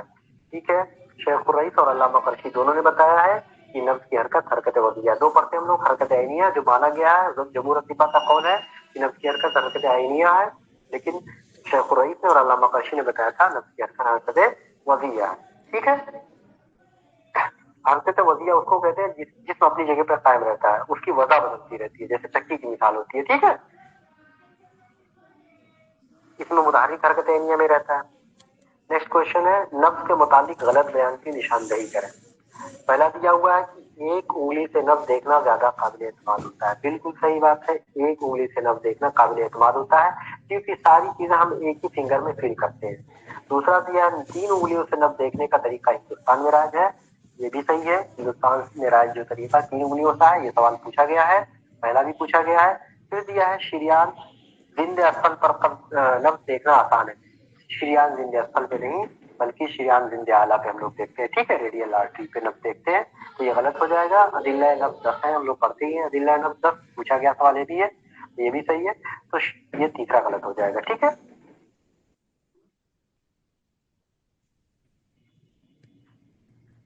नेक्स्ट क्वेश्चन हमारा है कैफियत करा के लिहाज से, देखिए नफ्स के अहकाम भी पूछे जाते हैं कभी आपको, कैफियत करा के लिहाज से, कवाम आला के लिहाज से, ज़माने हरकत के लिहाज से, ज़माने सुकून के लिहाज से, ज्यादातर आप किसमें 3 पाएंगे, सिर्फ कुछ की 2 किस्में हैं, तो आसान है। तो आपसे पूछा गया था कैफियत करा के लिहाज से नफ्स की 3 किस्में हैं, ये जो है बिल्कुल सही बात है। दूसरी बात कहेगी नब्ज मुतवातिर को नब्ज मुतकासिब भी कहते हैं, ये भी सही है। नब्ज मुतवातिर को नब्ज मुतदारिक भी कहते हैं, नब्ज मुतकासिब भी कहते हैं, ठीक है। नेक्स्ट क्वेश्चन, अगर बच्चे का नफ्स, ये भी एक है वजन के ताल्लुक से, ठीक है, पूछा जाता है आपसे खूब, रद्दीउल वजन, जय्यदुल वजन, मुतगय्यिरुल वजन या मुजदाविलुल वजन, मबाविलुल वजन। तो सवाल पूछा गया था अगर बच्चे का नफ्स बूढ़े के नफ्स के वजन के बराबर हो जाए तो ऐसी नफ्स को क्या कहेंगे। देखो 3 सूरतें होती है। अगर किसी उस बच्चे का ठीक है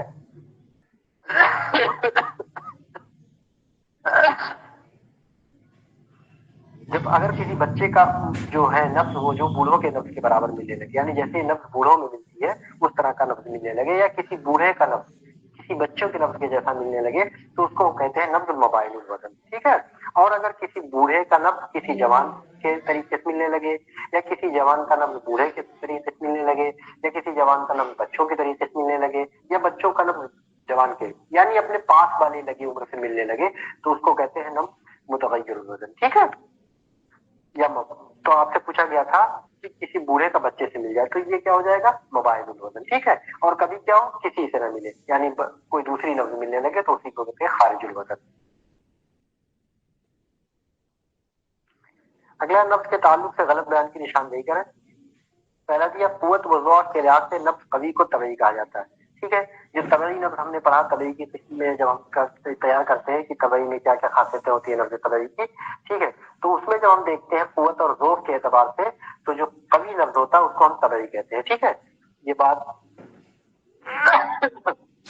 बिल्कुल सही है। दूसरा असबाब मुकव्विमा 3 होते हैं, हम लोग पढ़ते हैं ना असबाब मुकव्विमा, या उसी को कहते हैं असबाब मासिका, ठीक है। तो असबाब मुकव्विमा या असबाब मासिका कितने होते हैं, 3 होते हैं, बिल्कुल सही है। उसके बाद नफ्स जुल फतरा का सबब कुव्वत का कवी होना और हाजत शदीद होना। देखो जब नफ्स जुल फतरा का जो सबब होता है उसमें कुव्वत क्या होती है, ज़ईफ होती है, कभी नहीं होती, थक जाती है, तभी तो ठहर जाती है, जहां उसको चलना चाहिए वहां रुक जाती है, तो उसकी वजह से जुल फतरा होता है, तो ये गलत हो जाएगा। नब्ज मिनशारी सरी होती है, मुतवातिर होती है, सुलभ होती है, सुलभी की वजह से थी तो उसमें मिनशारियत आती है, ठीक है, तो ये सही है। तो तीसरा ऑप्शन गलत है, जुल्फतरा का सबब ज़ईफ होता है कुआ का। नेक्स्ट क्वेश्चन है नब्ज के मुतालिक सही बयान की निशानदेही करें। पहला दिया हुआ है नब्ज के मुतालिक नब्ज अतफाल ज़ईफ होता है, मुतवातिर होते हैं, ठीक है। तो जो हम अतफाल के जब हम नब्ज पढ़ेंगे तो हम नफ्स में आमार में बहुत पूछा जाता है, कभी बच्चों का, कभी बूढ़ों का, कभी जवानों का। तो जो बच्चों के नफ्स होते हैं वो सही होते हैं, ज़ईफ होते हैं और मुतवातिर होते हैं, ठीक है। तो पहला सही हो जाएगा, यहाँ ज़ईफ दिया है, मुतवातिर होता है। उसके बाद दिया नफ्स शकूक सगीर होता है, मुतफावित होता है, बती होता है। तो जो बूढ़ों का नफ्स होता है जिसको हम कहते हैं नफ्स शकूक, वो होता है सगीर, मुतवासित, मुतफावित और बती, ये भी सही है। उसके बाद दिया हुआ है हामिला का, हामिला का नफ्स दिया हुआ सगीर, सरीर, मुतवातिर होता है। तो हामला का जो लफ्ज होता है वो कैसा होता है, इंपॉर्टेंट है सवाल, ये पूछा गया है। तो हामला का जो होता है वो अजीम होता है, सगीर, या हमला का जो लफ्ज होता है वो सगीर नहीं बल्कि अजीम होता है, सरी होता है, मुतवातिर होता है, क्योंकि इसमें शिद्दत हाजत होती है ना, इसमें हाजत की जरूरत होती है, ज्यादा ब्लड सर्कुलेशन चाहिए, तो इसमें अजीम होगा, ठीक है, तो ये गलत हो जाएगा। नफ्स कुर्ब मौत दूधी व नमली की अलामत है, बिल्कुल सही है, दूधी और नमली कुर्ब मौत की अलामत होती है। सिल के मरीज में नब्ज अजीम, सरी और मुतवातिर होता है। सिल में मर्ज जो है अजीम नहीं बल्कि सगीर होता है, ठीक है, बकिया सरी और मुतवातिर होगा लेकिन अजीम नहीं होगा, ठीक है। तो ये सारे, तो इसमें ए बी और डी सही होगा, सी और ई गलत हो जाएगा। ठीक है, तो ये हमारे थे आपके नफ्स के सवाल। नफ्स में अमूमन हमने कवर कर दिया, ज्यादातर इन्हीं सबसे सवाल पूछे जाते हैं जो मैंने आपसे पूछा है इसी पेज के। तो आप इन सब चीजों को अच्छे से तैयार करिएगा अपने रिवीजन के टाइम में। फिर अगला है बोल से सवाल हमारा। अदिल्ला बोल कितने हैं? तो अदिल्ला बोल बयान दिया हुआ 6 है, गलत है। अदिल्ला बोल 7 होते हैं। रंग, पैगाम, हिदूरत, रसूब, ठीक है, मिकदार, बूब और उसका जो है झाड़, कप जिसको कहते हैं, तो 7 होते हैं। तो पहला बयान गलत हो जाएगा। दूसरा दिया वो मरीज के पेशाब के फौरन बाद मुआयना किया जाए, ये भी गलत है। पेशाब के फौरन बाद नहीं किया जाता है, बल्कि उसको किसी बर्तन में जब लिया जाएगा तो बर्तन में पेशाब ठहर जाए, अगर कोई रसूम है तो तहनशीन हो जाए, उसके बाद उसका मुआयना किया जाए। ठीक है, वरना गलत रिजल्ट मिलेंगे हम आप, तो दोनों गलत हो गया। फिर अगला सवाल है बोल के ताल्लुक से गलत बयान की निशानदेही करें। अलवाने बोल 5 किस्म के होते हैं, हमने पढ़ा है 5 किस्म, बोले सफेद, बोले जर्द, बोले सब्ज, बोले सुर्ख, बोले स्याह। तो अलवाने बोल 5 है, बिल्कुल सही है। उसके बाद दूसरा दिया हुआ है बोले जर्द की 6 किस्में होती हैं।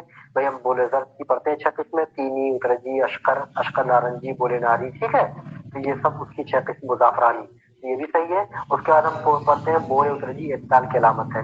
बोले उतरजी शेख रईस ने बताया था कि एतदाल की अलामत है, क्योंकि उसके उतरजी के बाद की तमाम किस्में क्या करती हैं? हरारत पर दलालत करती हैं। ये अशकर वगैरह जो है, नारी वगैरह है, ये हरारत पर दलालत करती है, सिबनी पर उद्दत पर दलालत करती है, और उतरजी जो होता है वो एतदाल की दलालत करता है। ठीक है, तो ये भी सही है। बोले कुर्रासी बोले अहमर की किस्म है, तो ये बोले कुर्रासी जो होता है वो बोले अहमर की किस्म नहीं है, बोले अफजर की किस्म है। ठीक है, हम लोग बोले अहमर की किस्म में पढ़ते हैं जो, वो पढ़ते हैं असाब, वर्दी, अहमर और अहमरा।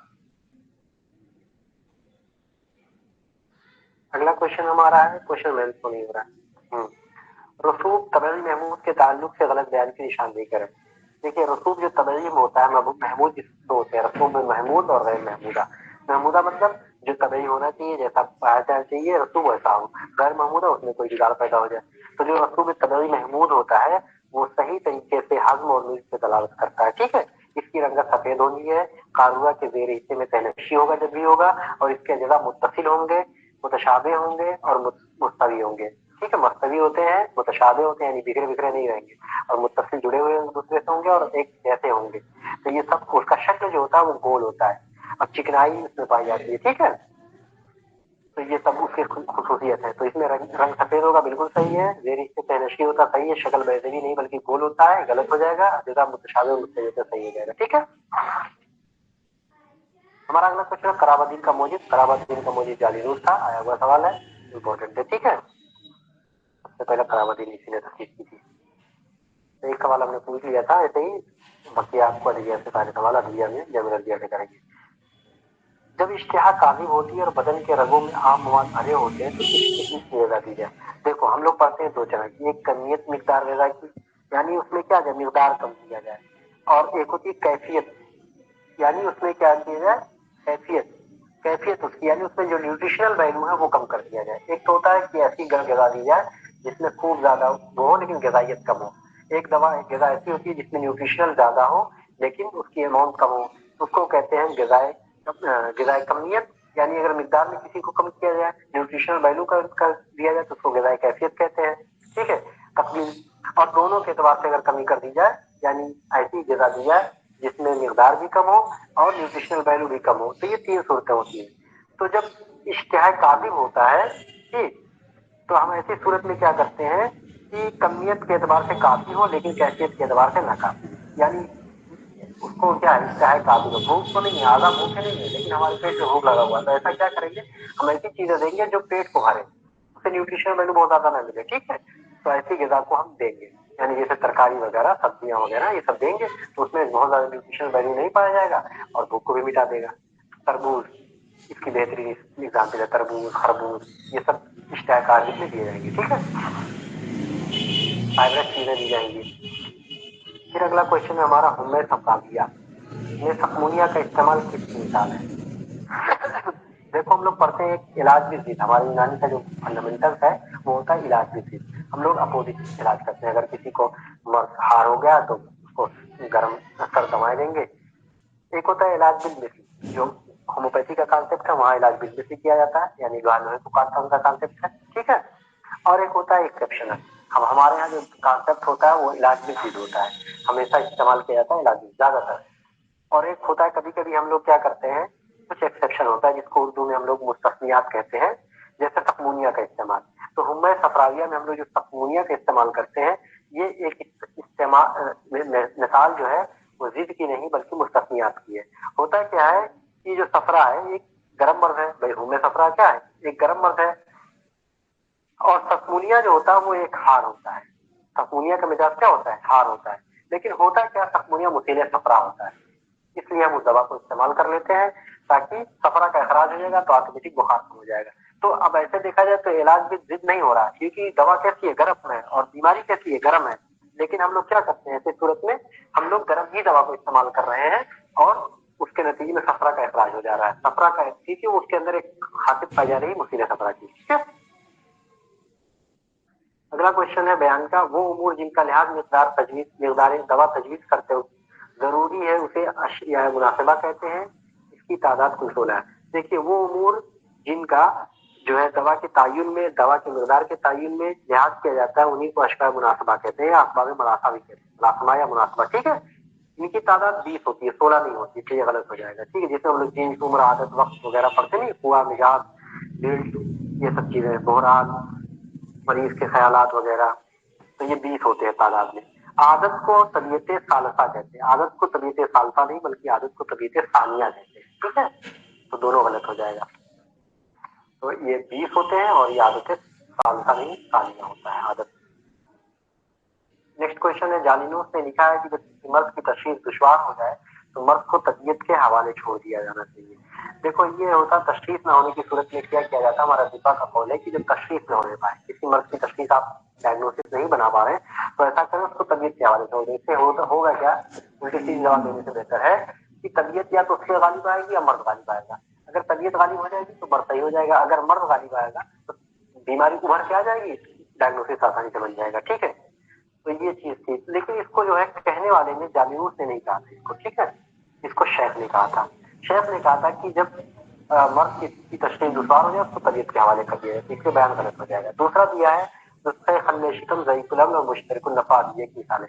तशखीस न होने की सूरत में हम लोग क्या करते हैं, जब कंफर्म नहीं हो पाता तो कोई दवा देने की जरूरत पड़ती है, तो हम ऐसी दवा का इस्तेमाल करते हैं जो ज़ईफ़ुल अमल हो, यानी बहुत पावरफुल नहीं हो, हल्का हो, और मुश्तरकुन नफ़ा हो, यानी उसमें कई सारे प्रॉपर्टीज पाए जाते हो। तो ऐसी दवाएं क्या करेंगी, कहीं ना कहीं वो जाके फायदा करेंगी।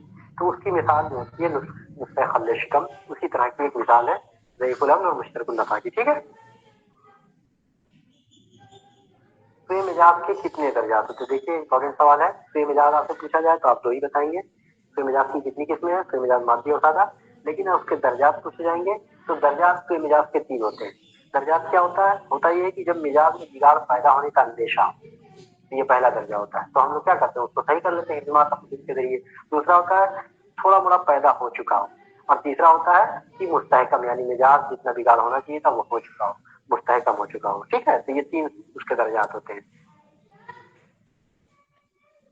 तो शुरू में हिजमा तकद्दुम करते हैं, दूसरे दर्जे में क्या करते हैं हम लोग, भाई मिजाज पैदा हो रहा है थोड़ा मोड़ा तो उसको हम राबियात वगैरह का इस्तेमाल करके लौटा देते हैं, और चौथे में मुस्तहकम हो गया तो फिर जो इलाज होता है उसको इलाज करेंगे। इसमें इस्तफराग ममनू है। देखो शरायत इस्तफराग सवाल पूछे जाते हैं आपसे, और किन सूरतों में इस्तफराग ममनू है ये सवाल पूछा जाता है, ठीक है। तो इसको देख लीजिएगा। और इसमें ऑप्शन दिया हुआ बच्चे और बूढ़ों में, बूढ़े आदमी, बिल्कुल बच्चों में बूढ़ों में इस्तफराग ममनू है, मोटे आदमियों में इस्तफराग ममनू करार दिया गया है। इम्तला की सूरत में इस्तफराग ममनू नहीं है, इम्तला में इस्तफराग जरूरी होता है, मवाद भरे हों इस्तफराग कराएंगे फायदा होगा। इसी तरह हम्माम के नाई और धोबी वगैरह को भी इस्तफराग नहीं कराया जाता क्योंकि उनके अंदर मवाद तहलील होते रहते हैं, ठीक है। तो इसमें ममनू किसमें नहीं है, इम्तला की सूरत में, ठीक है। अगला क्वेश्चन है, हलेला मुसील बिल की मिसाल है। ये भी खूब इंपॉर्टेंट सवाल है, खूब पूछा जाता है, मुसील बिल इजलाक मुसील बिल उसमें, ठीक है। तो पूछा गया है यहाँ पे हलेला के ताल्लुक से कि हलेला कैसा है, तो हलेला क्या होता है, मुसील बिल उसमें की मिसाल है, बिल्कुल सही है, निचोड़ने वाला, ठीक। उसके बाद दूसरा दिया, शहम हंजल को फेफड़े के बलगम निकालने में खास खसूसियत हासिल है। तो यह शहम हंजल जो होता है वो दिमाग के तनकिया करता है, शिब्र हो या शहम हंजल हो, दिमाग के बलगम का तनकिया करता है। और वारिकून वगैरह जो होते हैं, मुगरबल वगैरह, ये फेफड़े को तनकिया करते हैं, ठीक है। तो शहम हंजल दिमाग के लिए। बलगम रखीक की सूरत में नुज़ के अय्याम, वेरी इंपॉर्टेंट क्वेश्चन। नुज़ के अय्याम से आपसे पूछे जाते हैं सवाल। तो देखिए, पहले तो सफरा में नुज़ देना कोई जरूरी नहीं होता है, ठीक। अगर सफरा गैर खालिस हो जाता है तो वहां नुज़ दिया जाए। बलगम वगैरह में नुज़ देना वाजिब होता है, ठीक है। सफरा गैर खालिस में भी वाजिब होता है, लेकिन दबली अमराज में नुज़ जरूरी नहीं होता, वहां नुज़ नहीं दिया जाता है, ठीक है। और सौदा में तो देना ही देना आपको। तो जो अगर सफरा खालिस है तो नुज़ जो दिया जाएगा, मुंजी जो इस्तेमाल कराया जाएगा वो सिर्फ 3 दिन के लिए इस्तेमाल कराया जाएगा। लेकिन अगर सफरा गैर खालिस हो जाएगा, उसमें किसी की मिलावट हो जाएगी किसी अखलाक की, तो उसमें हम 5 दिन का नुज़ देंगे। इसी तरीके से बलगम रकीक अगर होगा तो उसमें 5 दिन की। तो सफरा खालिस 3 दिन, सफरा गैर खालिस और बलगम रकीक को 5 दिन की नुज़ की जरूरत पड़ती है, और बलगम गलीज को 12 दिन की, और सौदा को 15 से 40 दिन की, ठीक है। तो याद रखिए ये डेज। अगला क्वेश्चन है, अदिया मुसेला मवाद को मैदा और इमा और उनके करीब के आगा से निचोड़कर आंतों से खारिज करता है। देखिए भैया, अदिया मुसेला जो होता है उसकी तारीफ ये होती है कि वो दवा जो मवाद को मैदा और मैदा के करीब जो आगा होते हैं उनकी रगों से निचोड़ के खारिज करता है। देखो, 2 दवाएं पढ़ते हैं, एक मुलय्यन और एक होता है मुसहिल। तो जो मुलय्यन अद्विया होते हैं वो आगा से निचोड़ के हाथों से खारिज करते हैं मादा को, और जो मुसहिल दवा होते हैं वो रगों से निचोड़ के मादा को खारिज करते हैं, ठीक है। तो थोड़ा सा ध्यान रखिएगा, मुसहिल और मुलय्यन में यही फर्क होता है। तो यहाँ ऑप्शन दिया था आपको आगा से निचोड़ कर, तो आगा से जो निचोड़ कर देंगे वो मुलय्यन अद्विया कराएंगे, मुसहिला नहीं, तो पहला गलत हो जाएगा। दूसरा दिया है हब्बे मुबारक सफरावी दस्तों के लिए मखसूस है, बिल्कुल सही है। हब्बे मुबारक का इस्तेमाल सफरावी दस्तों में किया जाता है, ठीक है। अमराज दिमाग में हुकना की वजह, देखिए एक सवाल आपसे हुकना की जी बिल्कुल पूछा सर। ये जो आपने बताया कि मुफिल दवा जो है रगों से निचोड़कर खारिज करती है सर, लेकिन ये सिर्फ एक ही जगह किताब में लिखा हुआ है, वरना 2-3 जगह जो ये बातें आई हैं वो डायरेक्ट बातें हैं या तो आजा से या फिर देखिए इसी में डिफरेंशिएशन करने, एक्चुअली में फेल दोनों का ये होता है, लेकिन इफेक्ट देखिए जब इसीलिए देखा होगा आपने, जब मुसील अद्विया देते हैं तो इंसान के अंदर वो डिहाइड्रेशन हो जाता है, होता है ना मुसीला से। कभी मुलय्यन अद्विया से डिहाइड्रेशन नहीं होता, कभी भी आप देखिए। दूसरी बात आप सुनिए, कभी भी जोफ लाइक होगा तो मुलय्यन अद्विया के इस्तेमाल से जोफ लाइक नहीं होता है, ठीक है। जोफ लाइक होगा मुसील अद्विया से। वजह यही होती है क्योंकि वो शराइन से आपके मतलब उसके वेसल से, ब्लड वेसल से वो चीजें निकालता है, ठीक है। इसीलिए देखो इलेक्ट्रोलाइटिक बैलेंस जो भी चीजें होंगी वो किसमें होंगी, अद्विया मुसेला में। इसका मतलब ये होता है, ये प्रूफ है इस बात से कि वो रगों से निचोड़ता है, समझ गए कि नहीं, ठीक है। जी हाँ, ये इसका कॉन्सेप्ट इसके पीछे है। अब रोकने की पोजीशन वेरी इंपॉर्टेंट है। वजह क्या होती है पूछा जाएगा, किस सूरत में, किस अमराज में, अमराज मैदा है या अमा है तो किस तरीके से मरीज को लिटाएंगे और किस तरीके से हुक्म देंगे, ठीक है। या पेचिश आ रहा है या अमराज उसको लिया है तो किस वजह में लिटाएंगे, अमराज दिमागी में किस तरह लिटाएंगे। तो आपसे सवाल पूछा गया था अमराज दिमागी, तो अमराज दिमागी की सूरत में यानी किसी को मेनिंजाइटिस हुआ, इन सब में खूब बेहतरीन फायदेमंद होता है ना सरसान के नतीजे में, तो हम किस तरह लिटाएंगे, उसको चित लिटाते हैं, ठीक है। और चित लिटाने के साथ साथ उसके गर्दन पर और सर के नीचे तकिया रखते हैं। इसी तरीके से यहाँ जो पूछा गया सवाल तो अमराज दिमाग के लिए कहा गया था, लेकिन मैदा और आमा की सूरत में हम मरीज को घुटनों के बल लिटाते हैं, ठीक है। और उसका तकिया जो सीना पे रखते हैं, ठीक। और पेचिश अगर किसी को आ रही है तो पुष्ट पे तकिया रख देते हैं, उसी तरह चित लिटा के तकिया उसके पुष्ट के नीचे रखते हैं, यानी पीठ के नीचे लगा देंगे और चित ही लिटाएंगे।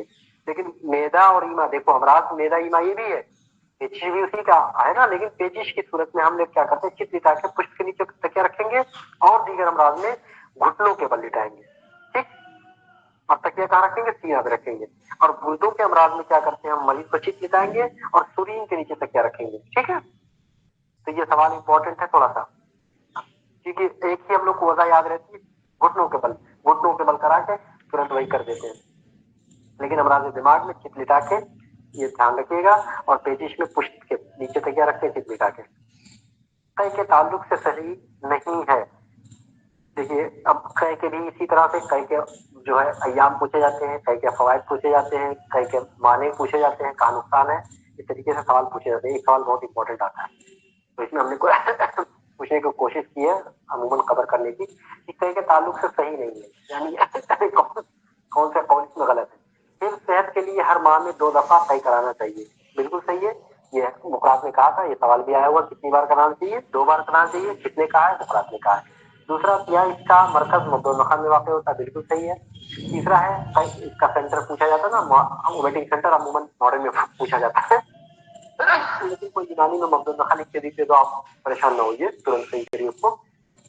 कई के लिए मौसम सरमा और फसलें बाहर बेहतरीन मौसम है, भाई ये गलत है। कई के लिए बेहतरीन मौसम मौसम गर्मा होता है, सरमा नहीं। फसलें बाहर तो होता है लेकिन मौसम गर्मा होता है, ठीक है, ये जो गलत हो जाएगा। अमराज है वो उसमें कई ममनू है क्योंकि ये नुकसानदेह होता है। इसी तरह दांतों के लिए भी नुकसानदेह होता है क्योंकि जब कई होगा तो खट्टी चीजें आती है, मीरा से एसिड आएगा तो दांत खराब होंगे। अमराज ऐन और उज़्न वगैरह में भी इसका असर पड़ता है, ठीक है, प्रेशर जनरेट होते हैं तो आंखों की रोशनी पे भी असर पड़ता है, ज्यादा तय कराने से, कसरत से कैसे, तो ये सब सवाल आते हैं। फसद के ताल्लुक से सही नहीं है। पहला दिया हुआ कोलेंस की सूरत में फसद ममनू है, बिल्कुल कोलेंस के मरीजों को फसद ममनू है, ठीक है। दूसरा दिया हुआ है कमरी महीने के दरमियानी तारीख और चाश्त का वक्त बेहतर माना जाता है, बिल्कुल सही है। फसद के लिए कमरी महीने के दरमियानी तारीख में, इसी तरीके से हजामा के लिए भी कमरी महीने के दरमियानी तारीख होते हैं और इसका वक्त चाश्त बेहतर होता है। फसद के बाद फौरन मरीज को सुला दिया जाए। फसद के बाद कम से कम मरीज को 6 घंटे नहीं सोने देना चाहिए, ठीक है, फौरन नहीं सुलाना चाहिए, 6 घंटे उसको जाने देना चाहिए, तो ये गलत हो जाएगा। रगे सलेम को बेखतरा कहते हैं, इंपॉर्टेंट सवाल है, आपसे दूसरा नाम पूछा जाता है। तनव्वुर बदन किसको कहते हैं? तो बासलीक को तनव्वुर बदन कहते हैं। बेखतर रग किसको कहते हैं? इसी तरीके से आपसे पूछा जाता है। सरारू किसे कहते हैं? तो फीसाल को कहते हैं। हफ्स अंदाम किसको कहते हैं? तो अकाल को कहते हैं। दूसरा नाम आपको याद होना चाहिए, ठीक है। महफूज रग किसको कहते हैं? साफन को कहते हैं। तो ये सवाल आते हैं। नेक्स्ट हमारा क्वेश्चन है, असरशन का कसरते है की सूरत में ज़ेरे पिस्तान महीने की इब्तिदाई तारीख में सियाह जाना मुफीद है। देखो, कसरते है और एतबार से दो सवाल बहुत इंपॉर्टेंट हिजामा के ताल्लुक से। कसरते है की सूरत में ज़ेरे पिस्तान लगता है और तोरी उस पिंडलियों पे लगता है जब एतबार से कम हो, यानी जब हैज रुका हुआ हो तो हम नीचे लगाएंगे ताकि हैज जारी हो जाए, और हैज जारी हो रहा है तो इमाला ऊपर की तरफ कर देंगे ताकि ब्लड जो आ रहा है यूट्रस की तरफ हो इधर उधर हो जाए, तो ऊपर लगा देंगे। एकदम सीधा कॉन्सेप्ट है, भूलोगे नहीं क्योंकि गलत कर देते एग्जाम में। तो हैज नहीं जारी हो रहा है तो ग्रेविटी की तरफ करेंगे, यानी पैर के नीचे लगाएंगे, ब्लड सर्कुलेशन हो तेज हो जाएगा, हैज जारी हो जाएगा। तो पीढ़ियों पे लगवाते हैं नीचे की तरफ, और पीढ़ियों पे जब कम हो एतबार और जब कसरत हो तो हम इसके पिस्तान के नीचे लगाएंगे। पहला बात तो ये। दूसरी बात ये है कि यहाँ दिया हुआ है इब्तिदाई तारीख में सियाह लगवाना खिंचाना मुफीद है। देखो, इब्तिदाई तारीख में नहीं, वही चांद के दरमियानी तारीख में हम लोग लगवाते हैं, तो इसी वजह से बात पहली सही थी। कसरत हैज की सूरत में मकाम तो सही है लेकिन मकाम के साथ साथ मौका गलत है। मौका कब होना चाहिए? इब्तिदाई तारीख में नहीं, दरमियानी तारीख में, ठीक है। इस वजह से असरशन गलत हुआ है।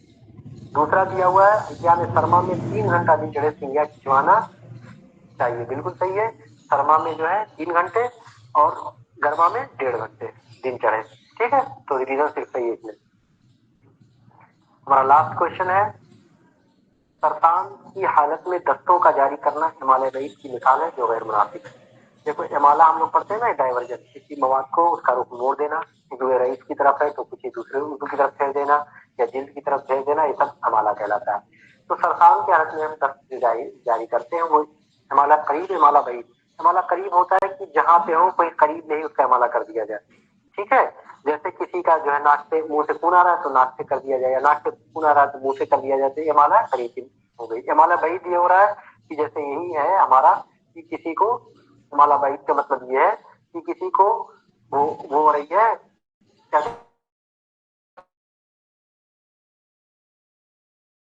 दिमाग में, लेकिन हम दस्त जारी करा के इसको आराम पहुंचाते हैं, तो ये हिमालय बैठ की मिसाल हो गई।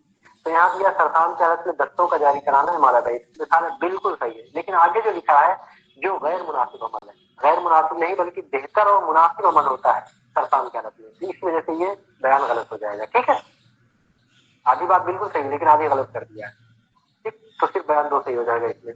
और उसमें दिया हुआ है कि उसके लिए अमले कई हमारा की किस्म है, हमारा के लिए हम लोग पढ़ते हैं ना इस्तफराग के जरिए, ठीक है। उसके अलावा मुसील है, तारीख है, तकर्रू है, यानी तकर्रू की किस्म है अमले कई। अमले कई में हम लोग क्या करते हैं, डाकते हैं, उसके लिए सबसे बेहतरीन पूछा गया सोना होता है, ठीक है, गोल्ड। तो ये हमारे सारे क्वेश्चन थे आपके जो हम कर रहे थे आपके, क्या कहते हैं उसको, उसूल फिक्र कंप्लीट हमने किया था, मोस्टली सारे टॉपिक कवर करने की कोशिश की है। और आप लोग जिन टॉपिक पे क्वेश्चन पूछेंगे उसी के इर्द गिर्द क्वेश्चन ज्यादा पूछे जाते हैं, तो आप लोग उन पे फोकस ज्यादा थोड़ा करिएगा, ठीक है। हमारा अगला था एनाटॉमी। एनाटॉमी में सबसे पहला क्वेश्चन पूछा जा आपसे, फादर ऑफ मॉडर्न एनाटॉमी कौन है। देखिए एनाटॉमी के ताल्लुक से 3 क्वेश्चन बनते हैं। एक तो पूछा जाता है फादर ऑफ या founder of anatomy. Founder of anatomy की बात करेगा तो आप कहेंगे हिप्पोक्रेट्स। अगर बात करेगा फादर ऑफ मॉडर्न एनाटॉमी तो आप बात करेंगे, आंसर लगाएंगे एंड्रियास विजेलियस। ठीक है, फाउंडर या फादर ऑफ मॉडर्न एनाटॉमी की बात करेगा तो हम एंड्रियास विजेलियस करेंगे। अगर सिर्फ कहेगा फाउंडर ऑफ एनाटॉमी तो हिप्पोक्रेट्स करेंगे। ठीक, ये गलतियां नहीं होनी चाहिए। और अगर टर्म की बात करेगा तो टर्म एनाटॉमी अरिस्टोटल। ये 3 सवाल आते हैं, इसी में तो घुमा फिरा के आएगा। अगला क्वेश्चन है आर्गन और उसके जो लेंथ या वेट या कैपेसिटी के ताल्लुक से सही ऑप्शन कौन है। दिया हुआ गाल ब्लैडर 120 ml, तो गाल ब्लैडर की कैपेसिटी 120 ml नहीं बल्कि 30 to 50 ml होती है, इसलिए गलत हो जाएगा।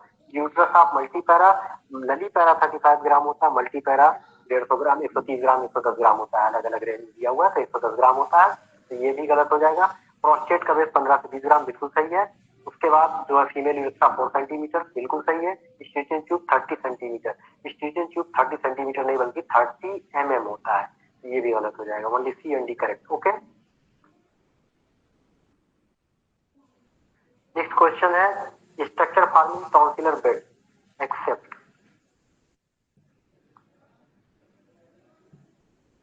हाँ, अब इसमें बेड से कभी कभी क्वेश्चन पूछे जाते हैं, कभी आपसे पूछा जाएगा टॉन्सिलर बेड के बारे में, कभी मेमोरी बेड। ये दोनों इंपॉर्टेंट है। पैंक्रियाटिक बेड एक है, उसके अलावा 3 और भी बेड्स हैं, लेकिन ये 3 इंपॉर्टेंट होते हैं, टॉन्सिलर बेड, मेमोरी बेड और पैंक्रियाटिक बेड। थोड़ा सा स्ट्रक्चर इसमें याद कर लीजिएगा आप लोग। बकियासियाटिक बेड होते हैं, स्टमक बेड होते हैं, बहुत सारे। तो इसमें पूछा गया टॉन्सिलर बेड में कौन पार्टिसिपेट नहीं करेगा। तो इसमें प्लेटोफेरेंजियस होता है, बक्कोफेरेंजियल भी होता है, स्टेनोग्राफस मसल्स भी होता है। इसमें पेक्टोरल फेसिया नहीं पाया जाता। ठीक है, पेक्टोरल फेसिया ये मेमोरी उस बेड का पार्ट होता है, तो ये नहीं होगा। ठीक है, बाकी 3 होते हैं। अगला क्वेश्चन है डक्ट। इंपॉर्टेंट क्वेश्चन है, खूब पूछे जाते हैं डक्ट के बारे में। ठीक है, वाटसन डक्ट और उसके क्वेश्चन, ठीक, स्टिनसन डक्ट और क्या कहते हैं उसको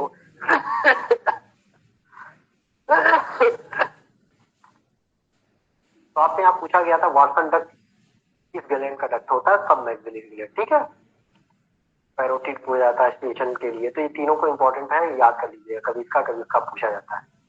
फिर अगला क्वेश्चन हमारा है एनेस्थेटिक आर्टरी।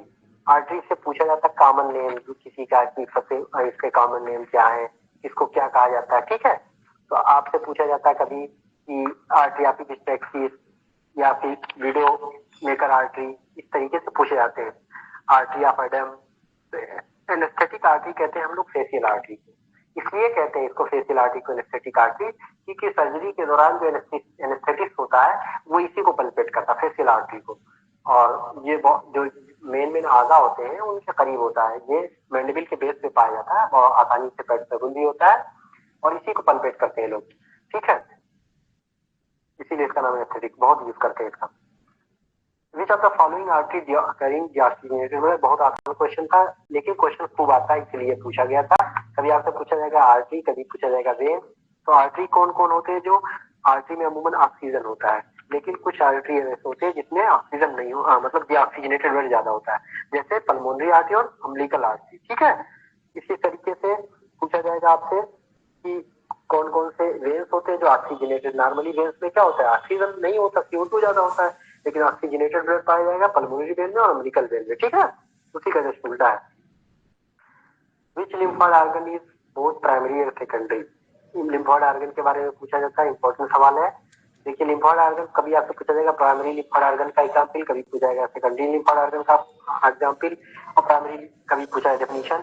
तो प्राइमरी लिम्फॉइड ऑर्गन वो होते हैं जहाँ पे इमेच्योर लिम्फोसाइट डेवलप होते हैं, उन्हीं को कहते हैं हम प्राइमरी लिम्फॉइड ऑर्गन। ठीक है, उसके अलावा इसके एग्जाम्पल्स वगैरह आपसे पूछे जाते हैं, तो थाइमस वगैरह इसके एग्जाम्पल होते हैं। सेकेंडरी के स्प्लीन वगैरह हम लोग पढ़ते हैं, लिम्फ नोड वगैरह सेकेंडरी के एग्जाम्पल है। ठीक, अपेंडिक्स वगैरह सेकेंडरी है। और बोन मैरो जो होता है वो प्राइमरी और सेकेंडरी दोनों होता है, यहाँ मेचुरेशन भी होता है और ये खुद पार्टिसिपेट भी करता है, तो दोनों से। ठीक है, इंपॉर्टेंट है। हमारा अगला क्वेश्चन है वो असर्शन रीजन का है। Ulnar nerve is also known as musician nerve. देखिए असर्शन दिया हुआ है, अल्नर नर्व को हम म्यूजिशियन नर्व कहते हैं, बिल्कुल सही असर्शन। रीजन दिया हुआ प्रॉक्सिमल लेजन इन अल्नर नर्व काज क्लाइंड। देखो रीजन जो है वो गलत दिया हुआ है, प्रॉक्सिमल लेजन, देखो अल्नर नर्व में लेजन तो काज करता है क्लाइंट, लेकिन लेजन जो होता है प्रॉक्सिमल नहीं डिजिटल होता है। प्रॉक्सिमल में जब लेजन होता है तो क्यूबाइटल टनल सिंड्रोम होता है, ठीक है, और डिजिटल एंड में होता है तो क्लाइंट होता है, इंपॉर्टेंट है। और इसको म्यूजिशियन नर्व रीजन ऐसा गलत हो गया। दूसरी बात ये कि इसको म्यूजिशियन नर्व क्यों कहते हैं, क्योंकि फाइन मूवमेंट जो फिंगर का होता है, भाई म्यूजिशियन का काम क्या होता है, फिंगर के थ्रू ही पूरा वायलिन वगैरह जो भी बजा देते हैं, उनका मूवमेंट फिंगर का इस्तेमाल ज्यादा करते हैं, फाइन वर्क। तो फाइन मूवमेंट जो कंट्रोल करता है वो अल्नर नर्व करता है, इसीलिए इसको म्यूजिशियन नर्व बोला जाता है, ठीक है। उसके बाद हमारा अगला क्वेश्चन है नर्व के कॉमन नेम। जैसे आर्टरी के कॉमन नेम पूछे जाते हैं, बहुत फेमस आर्टरीज के, उसी तरह से नर्व के भी कॉमन नेम पूछे जाते हैं, इंपॉर्टेंट है थोड़ा सा। तो इसमें आपसे पूछा गया था nerve of Pittsburgh, nerve of Latarjet, Jacobson nerve, nervi heritage, ठीक है। तो जो हमारा नर्व ऑफ प्रिट्सबर्ग होता है ये मीडियल क्यूटेनियस नर्व को कहते हैं, ठीक है। जैकॉब्सन कहते हैं टिम्पेनिक ब्रांच को, ठीक है। नाइन्थ जो क्रेनियल नर्व होती है उसकी ब्रांच होती है जिसको हम ग्लॉसोफेरेंजियल के नाम से जानते हैं, ठीक है। उसके बाद लेटार्जेट कहते हैं हम किसको, ये ब्रांच होती है एंटीरियर गैस्ट्रिक की, ठीक है। तो इसका ऑप्शन ए का थर्ड, बी का फर्स्ट, सी का सेकंड, डी का फोर्थ हो जाएगा। Potential site of choking in fish bone obstruction. देखो ये क्वेश्चन है कि जैसे क्या होता है जब मछली का कांटा जो होता है कहाँ पे जाके फंसता है सबसे ज्यादा, तो वो फंसता है कहाँ पे, आपके रीमा ग्लोटेटिस पे। एक पोर्शन होता है लैरिंक्स का जो सबसे नर्वेस्ट पार्ट होता है, उसी का नाम होता है रीमा ग्लोटाइटिस। वहीं पे जाके बोन फिश का वो होता है। ये आया हुआ सवाल है, किसी कहीं पूछा गया है, पीजीटी में तो नहीं पूछा गया लेकिन कहीं पूछा गया किसी तरह के एग्जाम में, ठीक है। तो याद रखिएगा, आपको या तो लैरिंक्स पूछेगा, नर्वेस्ट पार्ट ऑफ लैरिंक्स, तो आप बताएंगे रीमा ग्लोटाइटिस, या आपको इस तरह से क्वेश्चन पूछ ले, क्वेश्चन बना के कि मछली का कांटा कहाँ ज्यादा चुभता है, ठीक है। अगला क्वेश्चन हमारा है स्टेटमेंट का कि क्रेनियल नर्व 1, सेकेंड और 8, 11, 12 आर प्योरली मोटर। तो भैया पहला स्टेटमेंट गलत है। प्योरली मोटर जो होते हैं 346 11 12 होता है, ठीक है। 128 जो होता है वो सेंसरी होता है, और 346 11 12 जो होते हैं वो मोटर होते हैं। नेक्स्ट 5 7 9 पसंद 5 7 मोटर, तो ये गलत हो गया, यहाँ पे मोटर और सेंसरी दोनों दिए गए हैं। दूसरा स्टेटमेंट दिया ट्रॉक्लियर नर्व है लॉन्गेस्ट इंट्राक्रेनियल कोर्स, बिल्कुल सही है। ट्रॉक्लियर नर्व जो होता है इंट्राक्रेनियल कोर्स सबसे ज्यादा इसी का होता है लॉन्गेस्ट, ठीक है। आपको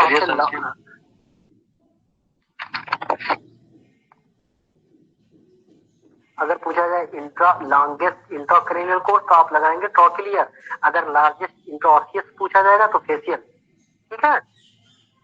और लार्जेस्ट इंट्राक्रेनियल तो बेगर बताएंगे। लॉन्गेस्ट इंट्राक्रेनियल तो बताएंगे ट्रॉक्लियर, लार्जेस्ट इंट्राक्रेनियल बताएंगे तो बेगस बताएंगे, याद रखिएगा। नेक्स्ट क्वेश्चन मसल्स का है, वेरी इंपॉर्टेंट क्वेश्चन है। मसल्स के आपसे पूछे जाते हैं, muscles of climbing muscles, forgotten muscles वगैरह वगैरह, इस तरीके से बहुत सारे क्वेश्चन मसल्स के पूछे जाते हैं, ठीक है। तो ये मिलाने के लिए आपसे कहा गया था, पहला दिया था मसल्स ऑफ हनीमून किसको कहते हैं, मसल्स ऑफ हनीमून आपको कहते हैं, इसको याद कर लीजिए थोड़ा सा, 5 7 मसल्स बहुत इंपॉर्टेंट है, 4 तो आपको यहाँ दिए हुए हैं। तो मसल्स ऑफ हनीमून हम लोग कहते हैं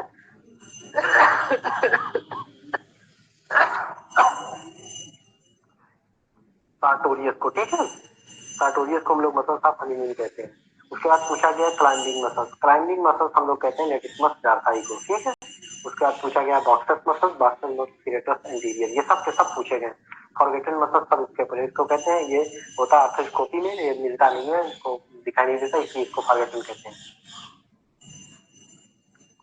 mature bone cell are also known as osteoblast. देखो हम लोग पढ़ते हैं ऑस्टियोब्लास्ट, ऑस्टियोसाइट, ऑस्टियोक्लास्ट, तीन चीजें पढ़ते हैं, ठीक है। तो जो मेच्योर बोन सेल होता है उसको हम लोग क्या कहते हैं, ऑस्टियो, देखो मेच्योर बोन सेल को हम कहते हैं ऑस्टियोसाइट, ठीक है। बोन फार्मिंग जो सेल होते हैं उनको कहते हैं ऑस्टियोब्लास्ट, तो मेच्योर बोन सेल को कहते हैं ऑस्टियोसाइट, और उसको जो है एब्जॉर्ब करने वाले को ऑस्टियोक्लास्ट कहते हैं बोन को। तो ये गलत हो जाएगा। लिगामेंट ऑफ डिगिलो is strongest ligament of the body, very important question है और सही है ये, तो बे इज करेक्ट, ठीक है। नेक्स्ट क्वेश्चन है ma'am, largest joint in our body.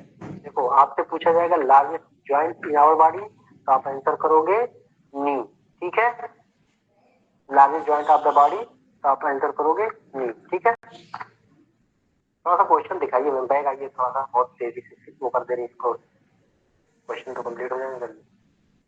70। तो ये आपका ठीक है, लार्जेस्ट बोन पूछा जाए तो कौन सा सर है, तो टाइम आप भी देखिए, करेंगे। ठीक है, थोड़ा तेज करिए प्लीज,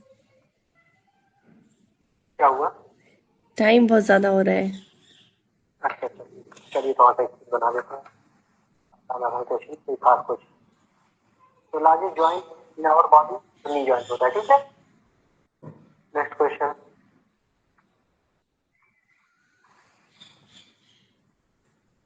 अगला पूछा ट्रायंगल का क्वेश्चन, फर्स्ट ट्रायंगल में कौन सा नहीं पाया जाता? तो टेंडन ऑफ टोडेरो और साइनस लेफ्ट कोरोनरी आर्टरी बनाते हैं दोनों मिलकर। ठीक है, इसमें लेफ्ट कोरोनरी आर्टरी नहीं पाया जाता।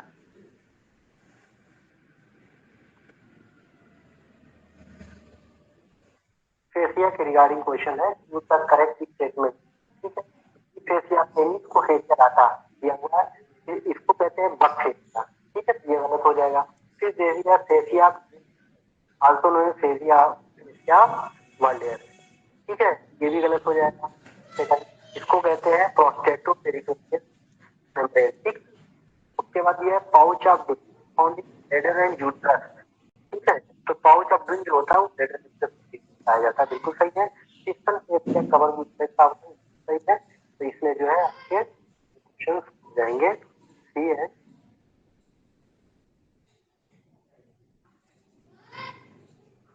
नेक्स्ट क्वेश्चन हमारा है structure lies in between cartilage sinus of Morgagni foramina of Morgagni, ये सब अलग अलग है। ठीक है, और कॉलम ऑफ मोर्गनी, तो कभी मोर्गनी के जो अलग सारे हैं साथ में ध्यान दे दिया है। जो मोर्गनी होता है फोरामिना मोर्गनी, वो होता है रिक्वायर्ड और कार्टिलेज के बीच में, उसी को कहते हैं हम लोग फोरामिना ऑफ मोर्गनी। ठीक है, तो साइनस जो होता है वो स्कल और प्लास्टिक के बीच में पाया जाता है, और एनल कैनाल में पाया जाता है, कैनाला मुर्गनी। ठीक है, नेक्स्ट क्वेश्चन है correct match of the taste bud. Taste bud से डायरेक्ट आपसे पूछा जाता है कि बीटा के लिए कौन सा टेस्ट बर्ड कहाँ पर पाया जाता है, लोकेशन उसका पूछा जाता है। तो बीटर के लिए साइड ऑप्शन दिया हुआ है, यहाँ शोर के लिए बैग दिया हुआ है, गलत है। बीटर जो होता है वो बैग में होता है, शोर जो होता है वो साइड में होता है। ठीक है, स्वीट जो होता है वो टिप पे होता है, करेक्ट है। साल पैरेट, पैरेट जो होता है पैरेट में भी टेस्ट बर्ड पाए जाते हैं, लेकिन शोर और बीटर होते हैं। ठीक है, ये भी गलत हो जाएगा।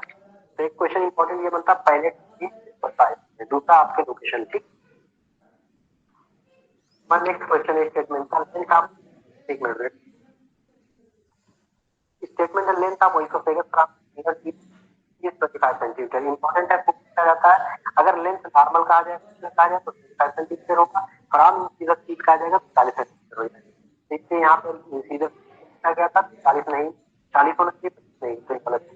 दूसरा दिया है पियर्स डायफ्राम T10, बिल्कुल T10 पियर्स करता है। तो डायफ्राम ओइसोफेगस के दो तीन इंपॉर्टेंट पॉइंट है, तो कहाँ पियर्स करता है डायफ्राम को, दूसरा स्टीलेंस, तीसरा इसमें कितने ट्रांसक्रिप्शन पाए जाते हैं। ठीक है, और किस किस पोजीशन पे पाए जाते हैं। तो ट्रांसक्रिप्शन इसमें 4 पाए जाते हैं, क्रिकोफेरेंजियल, एओर्टिक, ब्रांकस और diaphragm. Which of the following organ contains sinusoid?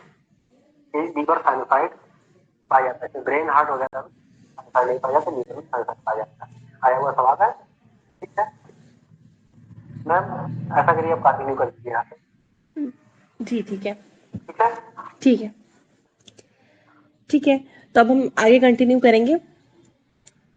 Sir बोल के थक गए हैं हम। ठीक है ठीक है, खांसी जा रही है ना, हाँ बिल्कुल, ये देखो बढ़िया डायग्राम। पर एक आपने सेंसरी मोटर नर्व और क्रेनियल मोटर नर्व हाँ। सब है, तो बता दीजिए अगर कुछ। हाँ उसका ये है 128 बिल्कुल लिख लो।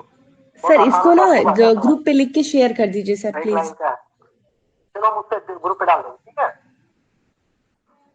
Okay sir. ठीक है, तो हम स्टार्ट कर रहे हैं।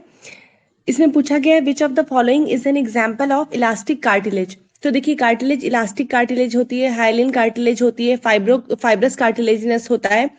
तो जो इसमें एग्जाम्पल जो है वो बहुत इंपॉर्टेंट है, आपसे पूछा जाता है। तो इलास्टिक कार्टिलेज के जो ऑरिकल होता है एक्सटर्नल ईयर का, वो एग्जाम्पल में है। एपिग्लॉटिस है, ऑडिटरी ट्यूब है, क्यूनिफॉर्म कार्टिलेज है। फिर अगर हाइलिन की हम बात करें तो रिब्स जो है, और उसके अलावा नोज, लैरिंग्स, ट्रैकिया, ये सब हाइलिन कार्टिलेज का एग्जाम्पल है। फिर अगर हम फाइब्रो कार्टिलेज की बात करें तो प्यूबिक सिम्फाइसिस है, इंटरवर्टेब्रल डिस्क है, मैनिब्रियो स्टर्नल जॉइंट है, शोल्डर जॉइंट, हिप जॉइंट, और जो मेनिस्काई होता है नी जॉइंट में। तो इसमें पूछा गया आपसे इलास्टिक कार्टिलेज, तो एपिग्लॉटिस जो है वो इलास्टिक कार्टिलेज का एग्जाम्पल है। फिर उसके बाद नेक्स्ट पूछा गया है which of the following is not a content of portal triad. तो पोर्टल ट्रायड जो होता है उसके कंटेंट में तीन चीजें होती है, हेपेटिक आर्टरी होती है, बाइल डक्ट होती है, और पोर्टल वेन होती है। हेपेटिक वेन नहीं होती, तो इसमें जो करेक्ट आंसर होगा वो होगा हेपेटिक वेन। नेक्स्ट है चूज द करेक्ट स्टेटमेंट्स। इसमें आपको करेक्ट स्टेटमेंट चूज करना है। तो फर्स्ट है first bone to ossify in the body is mandible, तो ये गलत है। फर्स्ट बोन जो बॉडी में ऑसिफाई होती है सबसे पहले वो क्लेविकल होती है। फिर उसके बाद है smallest long bone is clavicle.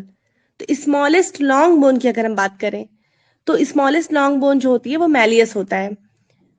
उसके बाद है फिर पेटेला हैज नो हेवर्सियन सिस्टम, सही है ये। Talus is divide of muscle attachment, ये भी बिल्कुल सही है। ये भी क्वेश्चन बहुत बार पूछा गया कि कौन सी ऐसी बोन है जिसपे कोई भी मसल अटैच नहीं होती है।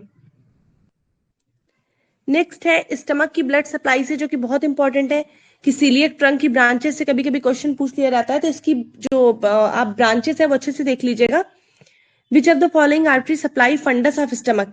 तो हमें पता है सीलियक ट्रंक जो होती है तीन में डिवाइड होती है। एलएचएस लेफ्ट हैंड साइड से याद कर सकते हैं, लेफ्ट गैस्ट्रिक आर्टरी, फिर हेपेटिक आर्टरी, स्प्लीनिक आर्टरी, फिर उसके फर्दर सब डिवीजन है। तो जो फंडस को मेनली सप्लाई करती है वो शॉर्ट गैस्ट्रिक आर्टरी सप्लाई करती है। ठीक है, तो इसकी पूरी ही सप्लाई इंपॉर्टेंट है, वो आप लोग पढ़ लीजिएगा जरूर।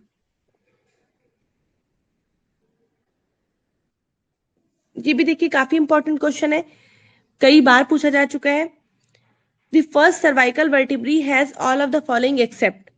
तो फर्स्ट सर्वाइकल वर्टिब्री जो होती है इसमें एंटीरियर आर्क तो प्रेजेंट होता है, फोरामेन ट्रांसवर्सैलियम भी प्रेजेंट होता है, लेटरल मासेस प्रेजेंट होता है, लेकिन इसमें स्पाइनस प्रोसेस प्रेजेंट नहीं होता। ये इसका टिपिकल फीचर है, तो ये जरूर आप लोगों को पता होना चाहिए। देखिए नेक्स्ट है ये क्वेश्चन, काफी लोगों को हो सकता है इसमें डाउट भी हुआ हो कि वुंड हीलिंग का जो करेक्ट सीक्वेंस है वो क्या होगा। तो वुंड हीलिंग में हमें पता है सबसे पहले क्या होता है, होमोस्टेसिस होती है, फिर इन्फ्लेमेटरी फेज है, प्रोलिफरेशन है, उसके बाद फिर रीमॉडलिंग होती है। तो इसमें सबसे पहले हमें पता है न्यूट्रोफिल अपीयर करता है। फर्स्ट लाइन डिफेंस मैकेनिज्म है, सबसे पहले न्यूट्रोफिल अपीयर करता है, ये सबको पता होगा। फिर उसके बाद मोनोसाइट्स अपीयर करते हैं जो कि मैक्रोफेजेस में बदल जाते हैं, तो मैक्रोफेज है। अब किसी किसी बुक में तीसरे नंबर पे लिम्फोसाइट दिया हुआ है, लेकिन अगर हम स्टैंडर्ड बुक की बात करें जैसे कि लवन बेली होगी, सेबिस्टन हो गई, तो उसमें दिया हुआ है कि पहले फाइब्रोब्लास्ट अपीयर करते हैं। फाइब्रोब्लास्ट जो होंगे प्रोलिफरेशन जब स्टार्ट होता है थर्ड डे से तभी अपीयर कर जाते हैं, और उसके बाद लिम्फोसाइट फिफ्थ डे पे अपीयर करेगा और सेवंथ डे पे अपने पीक पे होगा। लिम्फोसाइट क्या करेगा, फाइब्रोब्लास्ट को रिक्रूट करता है, उसकी एक्टिविटी को गार्ड करता है, रेगुलेट करता है। अगर यही फाइब्रोब्लास्ट की एक्टिविटी गड़बड़ हो जाती है तो कीलाइड, हाइपरट्रॉफिक स्कार, ये सब का फॉर्मेशन हो जाता है। तो इसका करेक्ट सीक्वेंस यही है, न्यूट्रोफिल, मैक्रोफेज, फाइब्रोब्लास्ट, लिम्फोसाइट। लेकिन अगर कभी ऐसा हुआ कि ऑप्शन में ये वाला सीक्वेंस नहीं है और लिम्फोसाइट को उसमें पहले दिया है तब आप उसको लगाएंगे, लेकिन अगर ये वाला ऑप्शन दिया है तो स्टैंडर्ड बुक में यही माना हुआ है, neutrophil, macrophage, fibroblast, then lymphocyte. अब देखिए नेक्स्ट है neurogenic shock is characterised by presence of. तो शॉक कई तरीके के हैं, hypovolaemic shock, cardiogenic shock, neurogenic shock. तो इसमें क्या होता है, न्यूरोजेनिक शॉक में क्या होता है कि अनअपोज्ड पैरासिम्पैथेटिक एक्टिविटी हो जाती है, जिसकी वजह से क्या होता है कि जो पेरिफेरल वैस्कुलर रेजिस्टेंस है वो कम हो जाएगा। तो ब्लड वेसल्स क्या करेंगी, डायलेट कर जाएंगी पेरिफेरी की। जब पेरिफेरी की ब्लड वेसल डायलेट कर जाएंगी तो बाहर की तरफ पेरिफेरी में ब्लड ज्यादा जाके पहुंच जाएगा, वहां पे स्टेसिस होगी, ब्लड की ज्यादा पहुंच जाएगा वो। तो उसके नतीजे में क्या होगा कि अंदर की तरफ फिर हार्ट रेट कम, स्ट्रोक वॉल्यूम कम हो जाएगा, हार्ट रेट कम हो जाएगा, कार्डियक आउटपुट कम हो जाएगा और हाइपोटेंशन हो जाता है। तो इसका मेन कॉज क्या होता है कि अनअपोज्ड पैरासिम्पैथेटिक एक्टिविटी होती है, जिसकी वजह से पेरिफेरल जो वैस्कुलर रेजिस्टेंस है वो कम हो जाता है। अब देखिए नेक्स्ट जो क्वेश्चन है वो असर्शन रीजन बेस्ड क्वेश्चन है। कहा गया है कि maximum amount of sodium is found in extra cellular fluid. तो एक्स्ट्रा सेलुलर फ्लूइड में सोडियम ज्यादा तो पाया जाता है लेकिन मैक्सिमम नहीं पाया जाता। मैक्सिमम सोडियम पाया जाता है कहाँ? बोन में। उसके बाद फिर इसका रीजन दे रहा है कि sodium is responsible for maintaining osmolarity of extra cellular fluid. ये भी सही है, ठीक है, ये सही है। तो इसमें क्या होगा? सिर्फ रीजन सही होगा, असर्शन गलत है क्योंकि सबसे ज्यादा सोडियम जो होता है वो बोन में पाया जाता है। अब देखिए असर्शन रीजन बेस्ड क्वेश्चन है ये भी। असर्शन बोल रहा है A serum level of calcium above 15 milligram per 100 ml is a severe condition. अगर कैल्शियम का लेवल 15 मिलीग्राम पर 100 ml से ज्यादा हो जाए तो एक सीवियर कंडीशन है। सही है ये। रीजन इसका कह रहा है कि ओरल और IV inorganic phosphate are given for the management of hypercalcaemia. ये भी सही है बिल्कुल। इसमें क्या होता है कि जो फॉस्फेट होता है वो कैल्शियम के साथ जाके जुड़ता है और उसके बाद कुछ ऐसे क्रिस्टल्स बन जाते हैं जो जाके बोन में डिपॉजिट्स कर जाते हैं। तो इस तरीके से जो ब्लड में कैल्शियम है वो कम हो जाएगा, सीरम कैल्शियम लेवल कम हो जाता है। तो दोनों सही तो है लेकिन रीजन जो है असर्शन को एक्सप्लेन नहीं कर रहा है क्यों ये सीवियर कंडीशन है। अगर ये दिया होता रीजन में तो ये इसको एक्सप्लेन करता।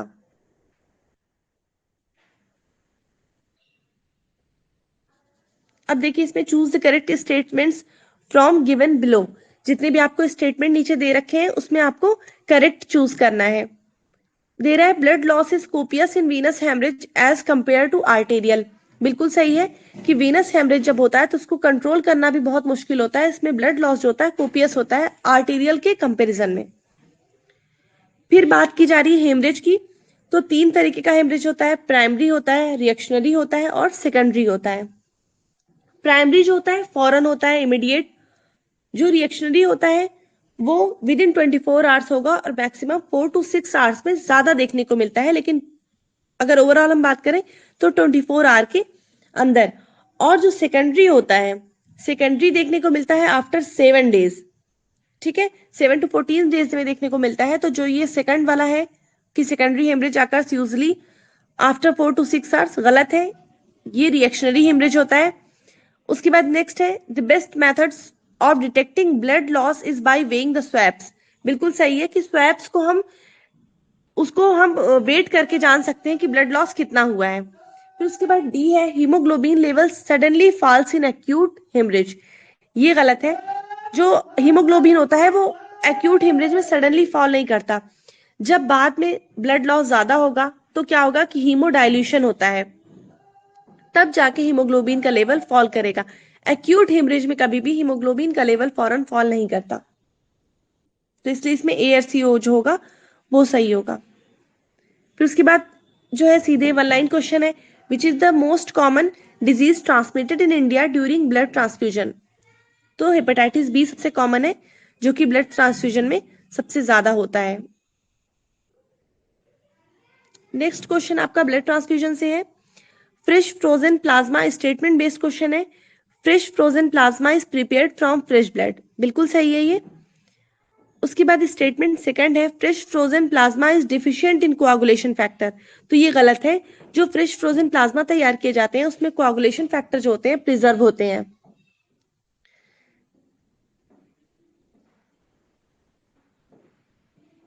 अब देखिए नेक्स्ट जो है बर्न से क्वेश्चन है। ये भी इंपॉर्टेंट क्वेश्चन है। All of the following regarding burn are true accept.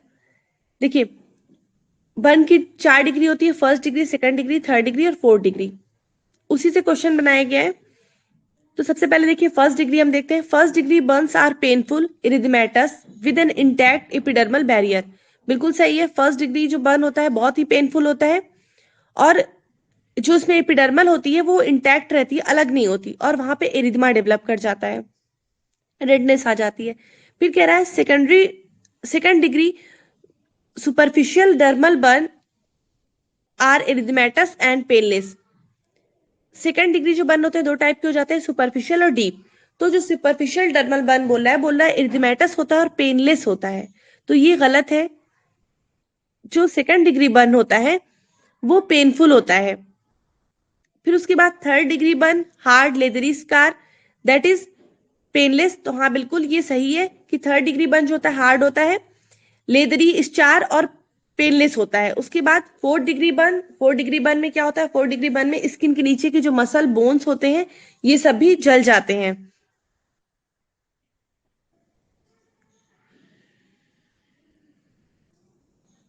Next है when the abscess cavity persist become firm and sterile पस इज नोन एज एंटीबायोमा। देखिए इसमें क्या होता है कि जब बहुत ज्यादा एंटीबायोटिक वगैरह का यूज करा दिया जाता है तो जिसमें पस होता है वो स्टेराइल होता है और बिल्कुल उसी में थिक होके फर्म हो जाता है, तो उस कंडीशन को बोलते हैं एंटीबायोमा।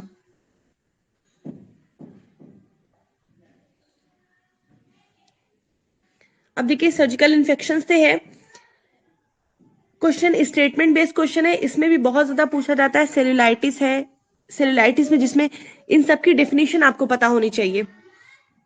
अब जो क्वेश्चन जिस तरीके के आते हैं स्टेटमेंट बेस्ड, तो उसमें बहुत ज्यादा इस तरीके के क्वेश्चन बनाए जाने की पॉसिबिलिटीज है। अब देखिए इसमें स्टेटमेंट बेस्ड क्वेश्चन है, erysipelas is an acute inflammation of the lymphatics of the skin और म्यूकस मेम्ब्रेन, ये बिल्कुल सही है। उसके बाद कह रहे थे causative organism is usually staphylococcus aureus, तो ये गलत है। इसका जो पॉजिटिव ऑर्गेनिज्म है मेनली वो स्ट्रेप्टोकोकस हीमोलिटिकस ग्रुप ए होता है, तो इसमें स्टेटमेंट फर्स्ट जो है वो सही है और सेकंड वाला गलत है।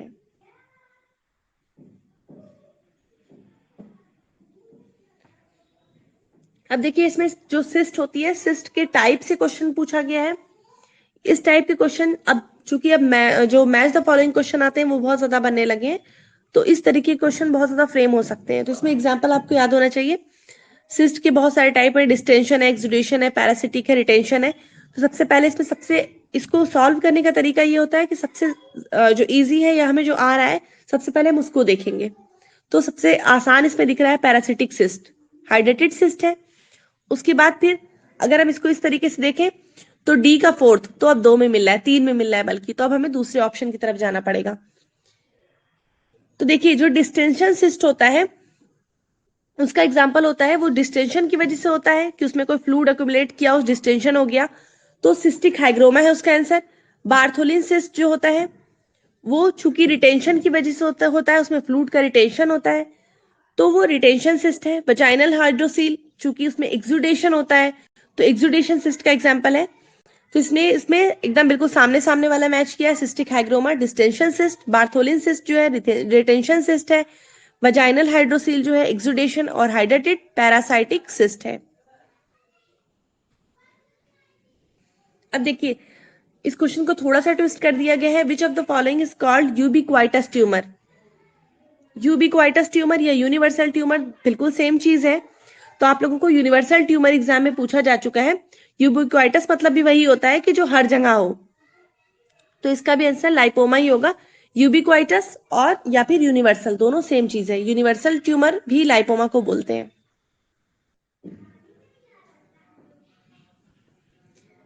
देखिए नेक्स्ट है which of the following doesn't change remain same through out life. तो इसमें बात की जा रही है हीमेंजियोमा की, तो इसमें आर्टेरियल, वेनस और कैपिलरी हीमेंजियोमा होते हैं। यहाँ पे कैपिलरी हीमेंजियोमा की बात की जा रही है। 3 टाइप के कैपिलरी हीमेंजियोमा होते हैं, सैल्मन पैच, पोर्टवाइन स्टेन और स्ट्रॉबेरी हीमेंजियोमा। तो जो सैल्मन पैच होता है वो बर्थ पे प्रेजेंट होता है और धीरे धीरे क्या करता है 1 ईयर पे जाके डिसअपियर कर जाता है। स्ट्रॉबेरी हीमेंजियोमा जो होता है वो एट बर्थ नहीं प्रेजेंट होता, 1 to 3 वीक में प्रेजेंट होता है, फिर उसके बाद 1 ईयर तक वो ग्रो करता है, उसके बाद पूरा वो स्ट्रॉबेरी जैसी उसका लुक हो जाता है, फिर वो 8 ईयर पे जाके डिसअपियर करता है, 7 to 8 ईयर पे जाके डिसअपियर करता है।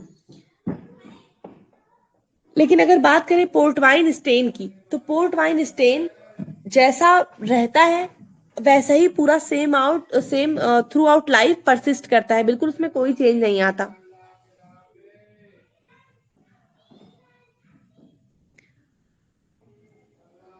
नेक्स्ट जो है हाइपरट्रॉफिक और किलॉइड स्कार से क्वेश्चन पूछा गया है, बहुत इंपॉर्टेंट है। हाइपरट्रॉफिक स्कार और किलॉइड, इन दोनों की साइट या फिर डिफरेंशिएशन किससे कैसे कर सकते हैं, इस तरह से क्वेश्चन पूछे जा सकते हैं। तो इनकरेक्ट स्टेटमेंट चूज करना है। Hypertrophic scar is characterised by hypertrophy और proliferation of mature fibroblast or fibrous tissue without any proliferation of blood vessel। बिल्कुल सही है कि इसमें क्या होता है कि जो मैच्योर फाइब्रोब्लास्ट होते हैं उसमें हाइपरट्रॉफी हो जाती है, फिर उसका प्रोलिफरेशन हो जाता है और हाइपरट्रॉफिक स्कार जो होते हैं वो जहाँ पे जो यूजुअल साइट होती है वहीं पे होते हैं, उसके आगे उसके सराउंडिंग टिश्यू को इफेक्ट नहीं करते। लेकिन कीलॉइड जो होता है सराउंडिंग टिश्यू को भी इफेक्ट करता है। Hypertrophic scar continue to worse even after 6 month, ये गलत है। कीलॉइड जो होता है वो 6 मंथ के बाद भी और खराब होता जा सकती है और कंडीशन वर्सन हो सकती है, लेकिन हाइपरट्रॉफिक स्कार में ऐसा नहीं होता। कीलॉइड टेंडर होते हैं और वो इची होते हैं, उसमें खुजली होती रहती है, ये भी बिल्कुल सही है। नेक्स्ट देखिए, साइनस और फिस्टुला से क्वेश्चन है, इंपॉर्टेंट है ये भी। जो डिफिनीशन वाले क्वेश्चन है अब बहुत ज्यादा उठाने लगा है कि डिफिनीशन सीधे उठा लेता है, स्टेटमेंट बना देता है उसे।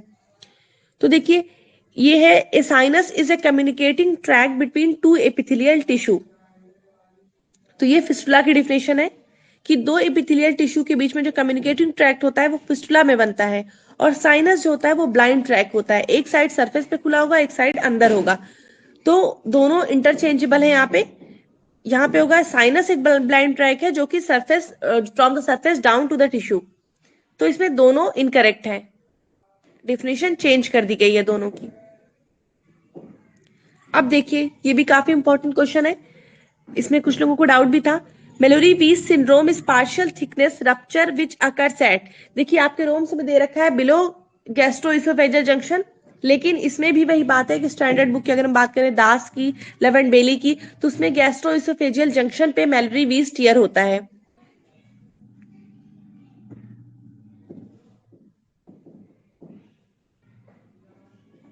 ये देखिए अल्सर्स के कॉज और उसके अल्सर से उसको मैच कराना है।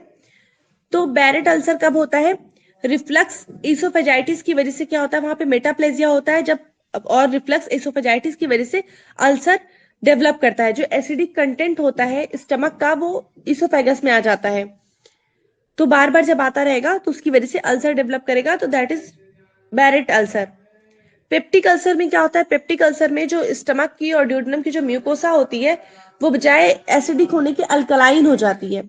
चूंकि जो एच पाइलोरी होता है वो भी अल्कलाइन म्यूकोसा जब रहती है तो ज्यादा फेवरेबल उसके लिए कंडीशन है, और जब अल्कलाइन म्यूकोसा होगी उसको अपोज करने के लिए बहुत सारा एसिड सिक्रीशन होगा, जिसके नतीजे में पेप्टिक अल्सर डेवलप करता है।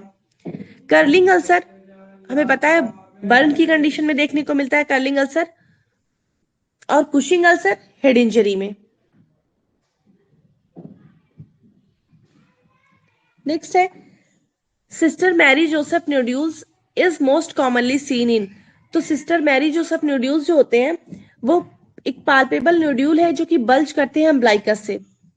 ये जो स्टमक कैंसर होते हैं जब वो मेटास्टेसिस हो जाती है उसकी पेल्विस में और एब्डोमेन में, तो वहां पे नोड्यूल्स देखने को मिलते हैं, उसे बोलते हैं सिस्टर मैरी जोसेफ नोड्यूल्स।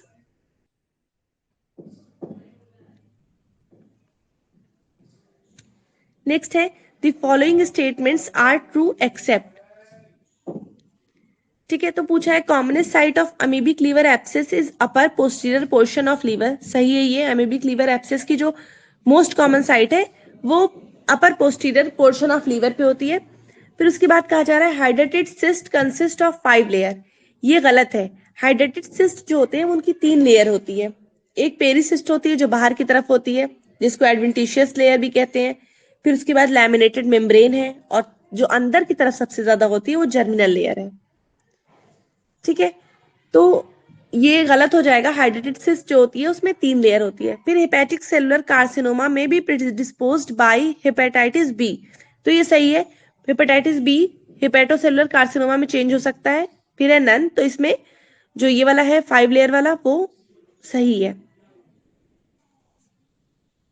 अब देखिए नेक्स्ट है lithogenic bile has the following properties, तो जो लिथोजेनिक बाइल होते हैं वो बाइल जिसमें स्टोन का फॉर्मेशन होता है, तो उसमें क्या होता है, कोलेस्ट्रॉल ज्यादा हो जाए और बाइल क्या हो, कम हो जाए।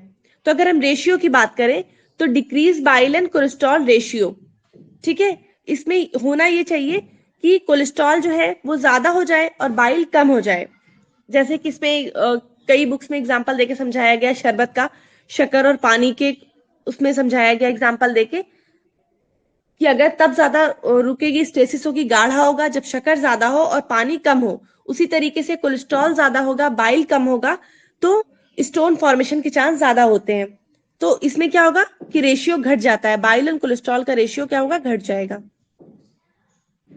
फिर ये अगला है, बहुत ही आसान क्वेश्चन है, चारकोट स्ट्राइड। हमें पता है चारकोट स्ट्राइड क्या होता है, फीवर, पेन और जॉन्डिस। ये देखिए आपसे प्रीवियस ईयर में पूछा हुआ क्वेश्चन है, grid iron incision. Grid iron incision कब देते हैं, अपेंडिक्स रिमूवल के लिए देते हैं। ठीक है, जो मैकबर्नी पॉइंट होता है उसके हम परपेंडिकुलर ये इंसिजन देते हैं।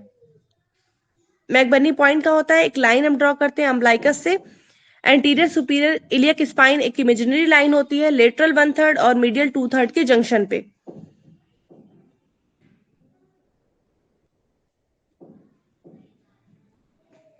फिर पूछा जा रहा है which of the following sign is not seen in acute appendicitis.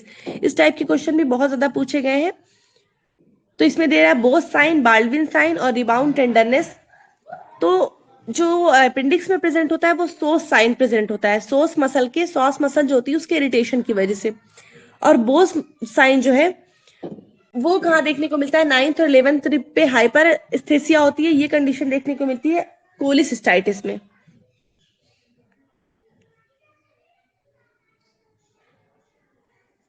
Next है, देखिए आपसे पूछा जा रहा है मेकल्स डायवर्टिकुलम के ताल्लुक से क्वेश्चन पूछा गया है, which of the following statement is incorrect about मेकल्स diverticulum. तो इसमें इनकरेक्ट आपको चूज करना है। It is found on anti mesenteric border of small intestine. ये बिल्कुल सही है, एंटी मेसेंट्रिक बॉर्डर जो होता है स्मॉल इंटेस्टाइन का उस पे ही पाया जाता है। फिर कह रहा है consist of mucosa without a muscle coat. तो हमें ये पता है कि जो मेकल्स डायवर्टिकुलम है वो एक ट्रू डायवर्टिकुलम है, और ट्रू डायवर्टिकुलम में क्या होता है कि चारों लेयर पाई जाएगी, तो इसमें सारी लेयर पाई जाती है, इसलिए इसमें ऐसा नहीं है कि मसल कोट नहीं होती, वो भी प्रेजेंट होती है। फिर उसके बाद चूंकि इसमें जो गैस्ट्रिक म्यूकोसा इस पे प्रेजेंट होते हैं, तो इसमें गैस्ट्रिक म्यूकोसा जब प्रेजेंट है तो वहां पे अल्सर भी हो सकता है और जीआई ब्लीडिंग भी हो सकती है। उसके बाद दिया है A fibrous band between the apex and the umbilicus can cause intestinal obstruction. तो ये भी बिल्कुल सही है, क्योंकि ये जो विटेलो इंटेस्टाइनल डक्ट होती है उसका रेमिनेंट होता है मेकल्स डायवर्टिकुलम, और अगर विटेलियन वेसल जो होती है वो भी परसिस्ट कर जाए, उसका रेमिनेंट रह जाए, तो एक बैंड बना देता है, एक फाइब्रस बैंड बना देता है जो कि इंटेस्टाइन के ऊपर कंप्रेस करता है और इंटेस्टाइन में ऑब्स्ट्रक्शन कॉज कराता है। देखिए ये बहुत ही ज्यादा इंपॉर्टेंट क्वेश्चन है। ये क्वेश्चन आपसे प्रीवियस ईयर में पूछा गया है, शायद 2020 में या 21 में क्वेश्चन दिया हुआ है, लेकिन ये क्वेश्चन गलत था। इस क्वेश्चन की फ्रेमिंग सही नहीं थी। इसमें एक जगह दे दिया था एनल फिस्टुला दे दिया था, और फिस्टुला का ट्रीटमेंट इधर नहीं था। ठीक है, तो ये क्वेश्चन गलत फ्रेम हुआ था, तो इसको मैंने करेक्ट करके इस तरीके से कर दिया है। देखिए रेक्टल प्रोलैप्स जो होता है, ये आप लोग ध्यान से इसको देख लीजिए, क्योंकि जब आप प्रीवियस ईयर क्वेश्चन सॉल्व करेंगे तो आपको फिर वहां पे यही कंफ्यूजन देखने को मिलेगा, क्योंकि वो कोई भी ऑप्शन सही मैच करेगा ही नहीं, वो क्वेश्चन ही गलत है। सही क्वेश्चन इसका ये होगा, रेक्टल प्रोलैप्स की कंडीशन में हम अल्टीमियस ट्रीटमेंट करते हैं। एनल फिशर जब होता है, और अगर मतलब एनल फिशर है, रिकरेंट है, सही नहीं हो रहा है, तो एनल फिशर की कंडीशन में लेटरल इंटरनल स्फिंक्टरेक्टोमी करते हैं, स्फिंक्टर को हम कट कर देते हैं। उसके बाद अगर ग्रेड सी का पाइल्स होता है तो स्टेपल्ड एनोपेक्सी करते हैं, आजकल बहुत पॉपुलर हो गया है स्टेपल्ड एनोपेक्सी। उसके बाद preliminary treatment of anal fissure, तो इसमें लोकल एप्लीकेशन कराते हैं ग्लिसरिल ट्राइनाइट्रेट का। तो सही क्वेश्चन ये है, जो आप प्रीवियस ईयर सॉल्व करेंगे जो क्वेश्चन आपको मिलेगा वो फ्रेम ही गलत हुआ है क्वेश्चन, वहां पे एनल फिशर की जगह पे एनल फिस्टुला दिया हुआ है, और फिस्टुला की कंडीशन में फिस्टुलेक्टोमी करते हैं।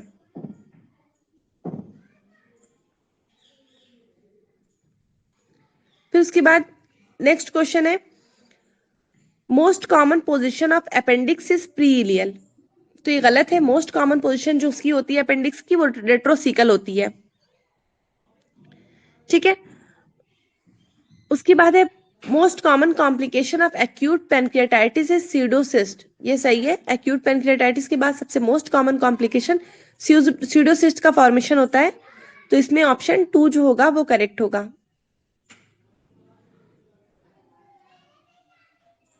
देखिए ये भी इंपॉर्टेंट क्वेश्चन है, प्रीवियस ईयर में आ चुका है क्वेश्चन, कि हम इंग्वाइनल हर्निया और फीमोरल हर्निया को डिफरेंशिएट करने के लिए लैंडमार्क क्या यूज करेंगे।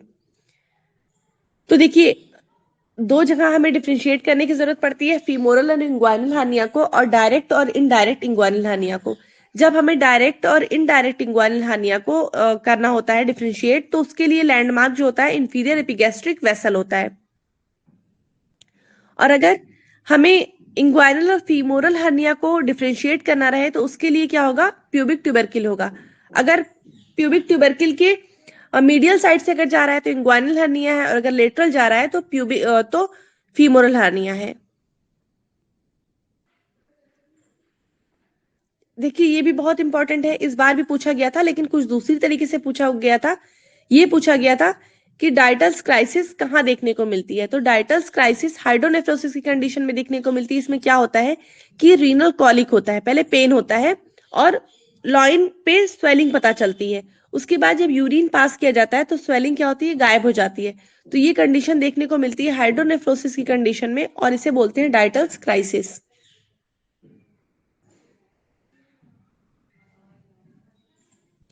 नेक्स्ट है पेनलेस ग्रॉस हिमेचूरिया, यानी कि बहुत ज्यादा अमाउंट में ब्लड भी आ रहा है यूरिन में और पेनलेस हो। तो देखिए पॉलीसिस्टिक कंडीशन किडनी की कंडीशन में अगर कभी कभी अगर हिमेचूरिया होता है तो वो बहुत ज्यादा वो नहीं होता, ज्यादा नहीं होता अमाउंट में। स्ट्रिक्चर अगर है तो पेनफुल होगा, विल्स ट्यूमर में भी पेन होगा। रीनल सेल कार्सिनोमा की कंडीशन में पेनलेस और ग्रॉस हिमेचूरिया होगा। नेक्स्ट है all are true about ectopic vesicae except. Ectopic vesicae को एक्सोस्ट्रोफी ऑफ ब्लैडर भी बोलते हैं। इस कंडीशन में क्या होता है कि एंटीरियर एब्डोमिनल वॉल जो होती है, एक कंजेनाइटल कंडीशन है ये, इसमें एंटीरियर एब्डोमिनल वॉल जो होती है वो डेवलप ही नहीं होती फुली फॉर्म नहीं होती, जिसकी वजह से क्या होता है, जो ब्लैडर होगा वो बल्ज करके बाहर आ जाता है। और इसके साथ एपिस्पाडियास वगैरह जो होते हैं वो एसोसिएटेड हो सकता है, क्रिप्टो ऑर्गेनिज्म हो सकता है। इसमें होता क्या है, जो क्लोकल मेम्ब्रेन होता है, जब इंट्रा यूट्राइन लाइफ में, जब इम्ब्रायोलॉजी में की कंडीशन में उस टाइम में ये देखने को मिलता है, क्या होता है कि क्लोकल मेम्ब्रेन बहुत अपने टाइम से पहले बर्स्ट कर जाता है। क्लोकल मेम्ब्रेन प्रेजेंट होता है वो अपने टाइम से पहले बर्स्ट कर जाता है, जिसकी वजह से क्या होगा कि एंटीरियर एब्डोमिनल वॉल नहीं बनेगी और ब्लैडर क्या करेगा, बाहर आ जाएगा उस डिफेक्ट से। तो इसमें क्लोकल मेम्ब्रेन प्रेजेंट ये गलत है, क्योंकि क्लोकल मेम्ब्रेन इसमें एब्सेंट होता है।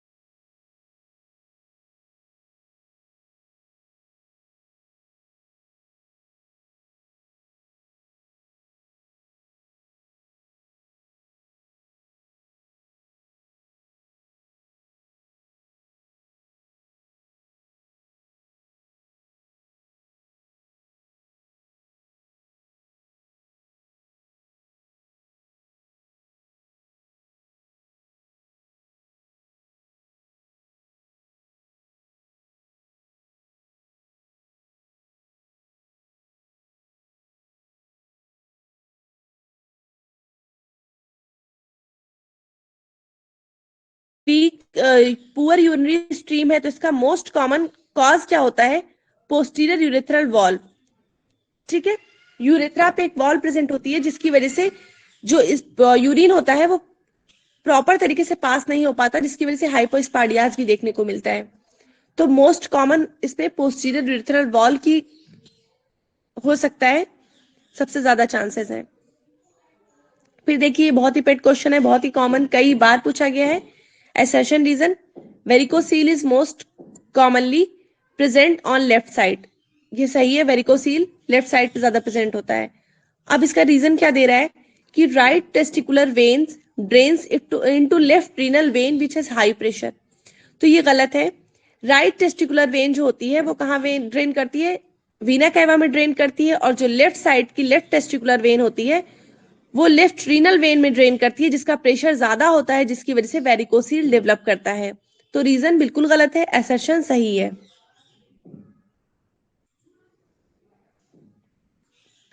अब देखिए ये आपका प्रीवियस ईयर क्वेश्चन है, एज इट इज रखा गया है। इसमें बोला जा रहा है कि स्टेटमेंट बेस्ड क्वेश्चन है, hydrocele fluid is amber colored and sterile which contains albumin and fibrinogen. If the contents of a hydrocele are allowed to drain into a collecting vessel, it does not clot. बिल्कुल सही है ये कि अगर hydrocele का जो fluid होता है वो स्ट्राइल होता है और उसमें एल्बुमिन और फाइब्रिनोजन होते हैं, अगर उसको ड्रेन किया जाता है तो वो क्लॉट नहीं करता। फिर उसके बाद स्टेटमेंट सेकंड दे रहा है कि hydrocele fluid is amber coloured and sterile which contains albumin and fibrinogen. If the contents of hydrocele are allowed to drain into a collecting vessel, it coagulates if it is mixed with even a small quantity of blood. तो ये भी बिल्कुल सही है, चूंकि इसमें fibrinogen पाया जाता है तो क्या होगा, कोआगुलेशन एक्टिवेट हो जाएगा और अगर ब्लड के साथ मिक्स होगा तो वो क्लॉट कर जाएगा, लेकिन जब तक वो ब्लड के साथ नहीं मिक्स हुआ है क्लॉट नहीं करेगा। फिर उसके बाद नेक्स्ट है all of the following are true about skin grafting except partial thickness graft involves epidermis and part of dermis. बिल्कुल सही है कि अगर पार्शियल थिकनेस, ये है स्पेलिंग मिस्टेक हो गई है, पार्शियल थिकनेस ग्राफ्ट जो होगा उसमें एपिडर्मिस यानी जो ऊपर की लेयर होती है वो ली जाती है और डर्मिस का कुछ पार्ट लिया जाता है, लेकिन फुल थिकनेस ग्राफ्ट जो होता है उसमें एपिडर्मिस को भी लेते हैं और डर्मिस को भी लेते हैं, लेकिन सबक्यूटेनियस टिश्यू नहीं लेते हैं। फुल थिकनेस ग्राफ्ट को कॉस्मेटिक पर्पस के लिए यूज करते हैं, भी बिल्कुल सही है। तो इसमें तीनों सही हो जाएंगे, नन का ऑप्शन सही होगा कि इसमें कोई भी गलत नहीं है। तो इस तरीके से हमारे कंप्लीट 120 क्वेश्चन के डिस्कशन पूरे हो गए।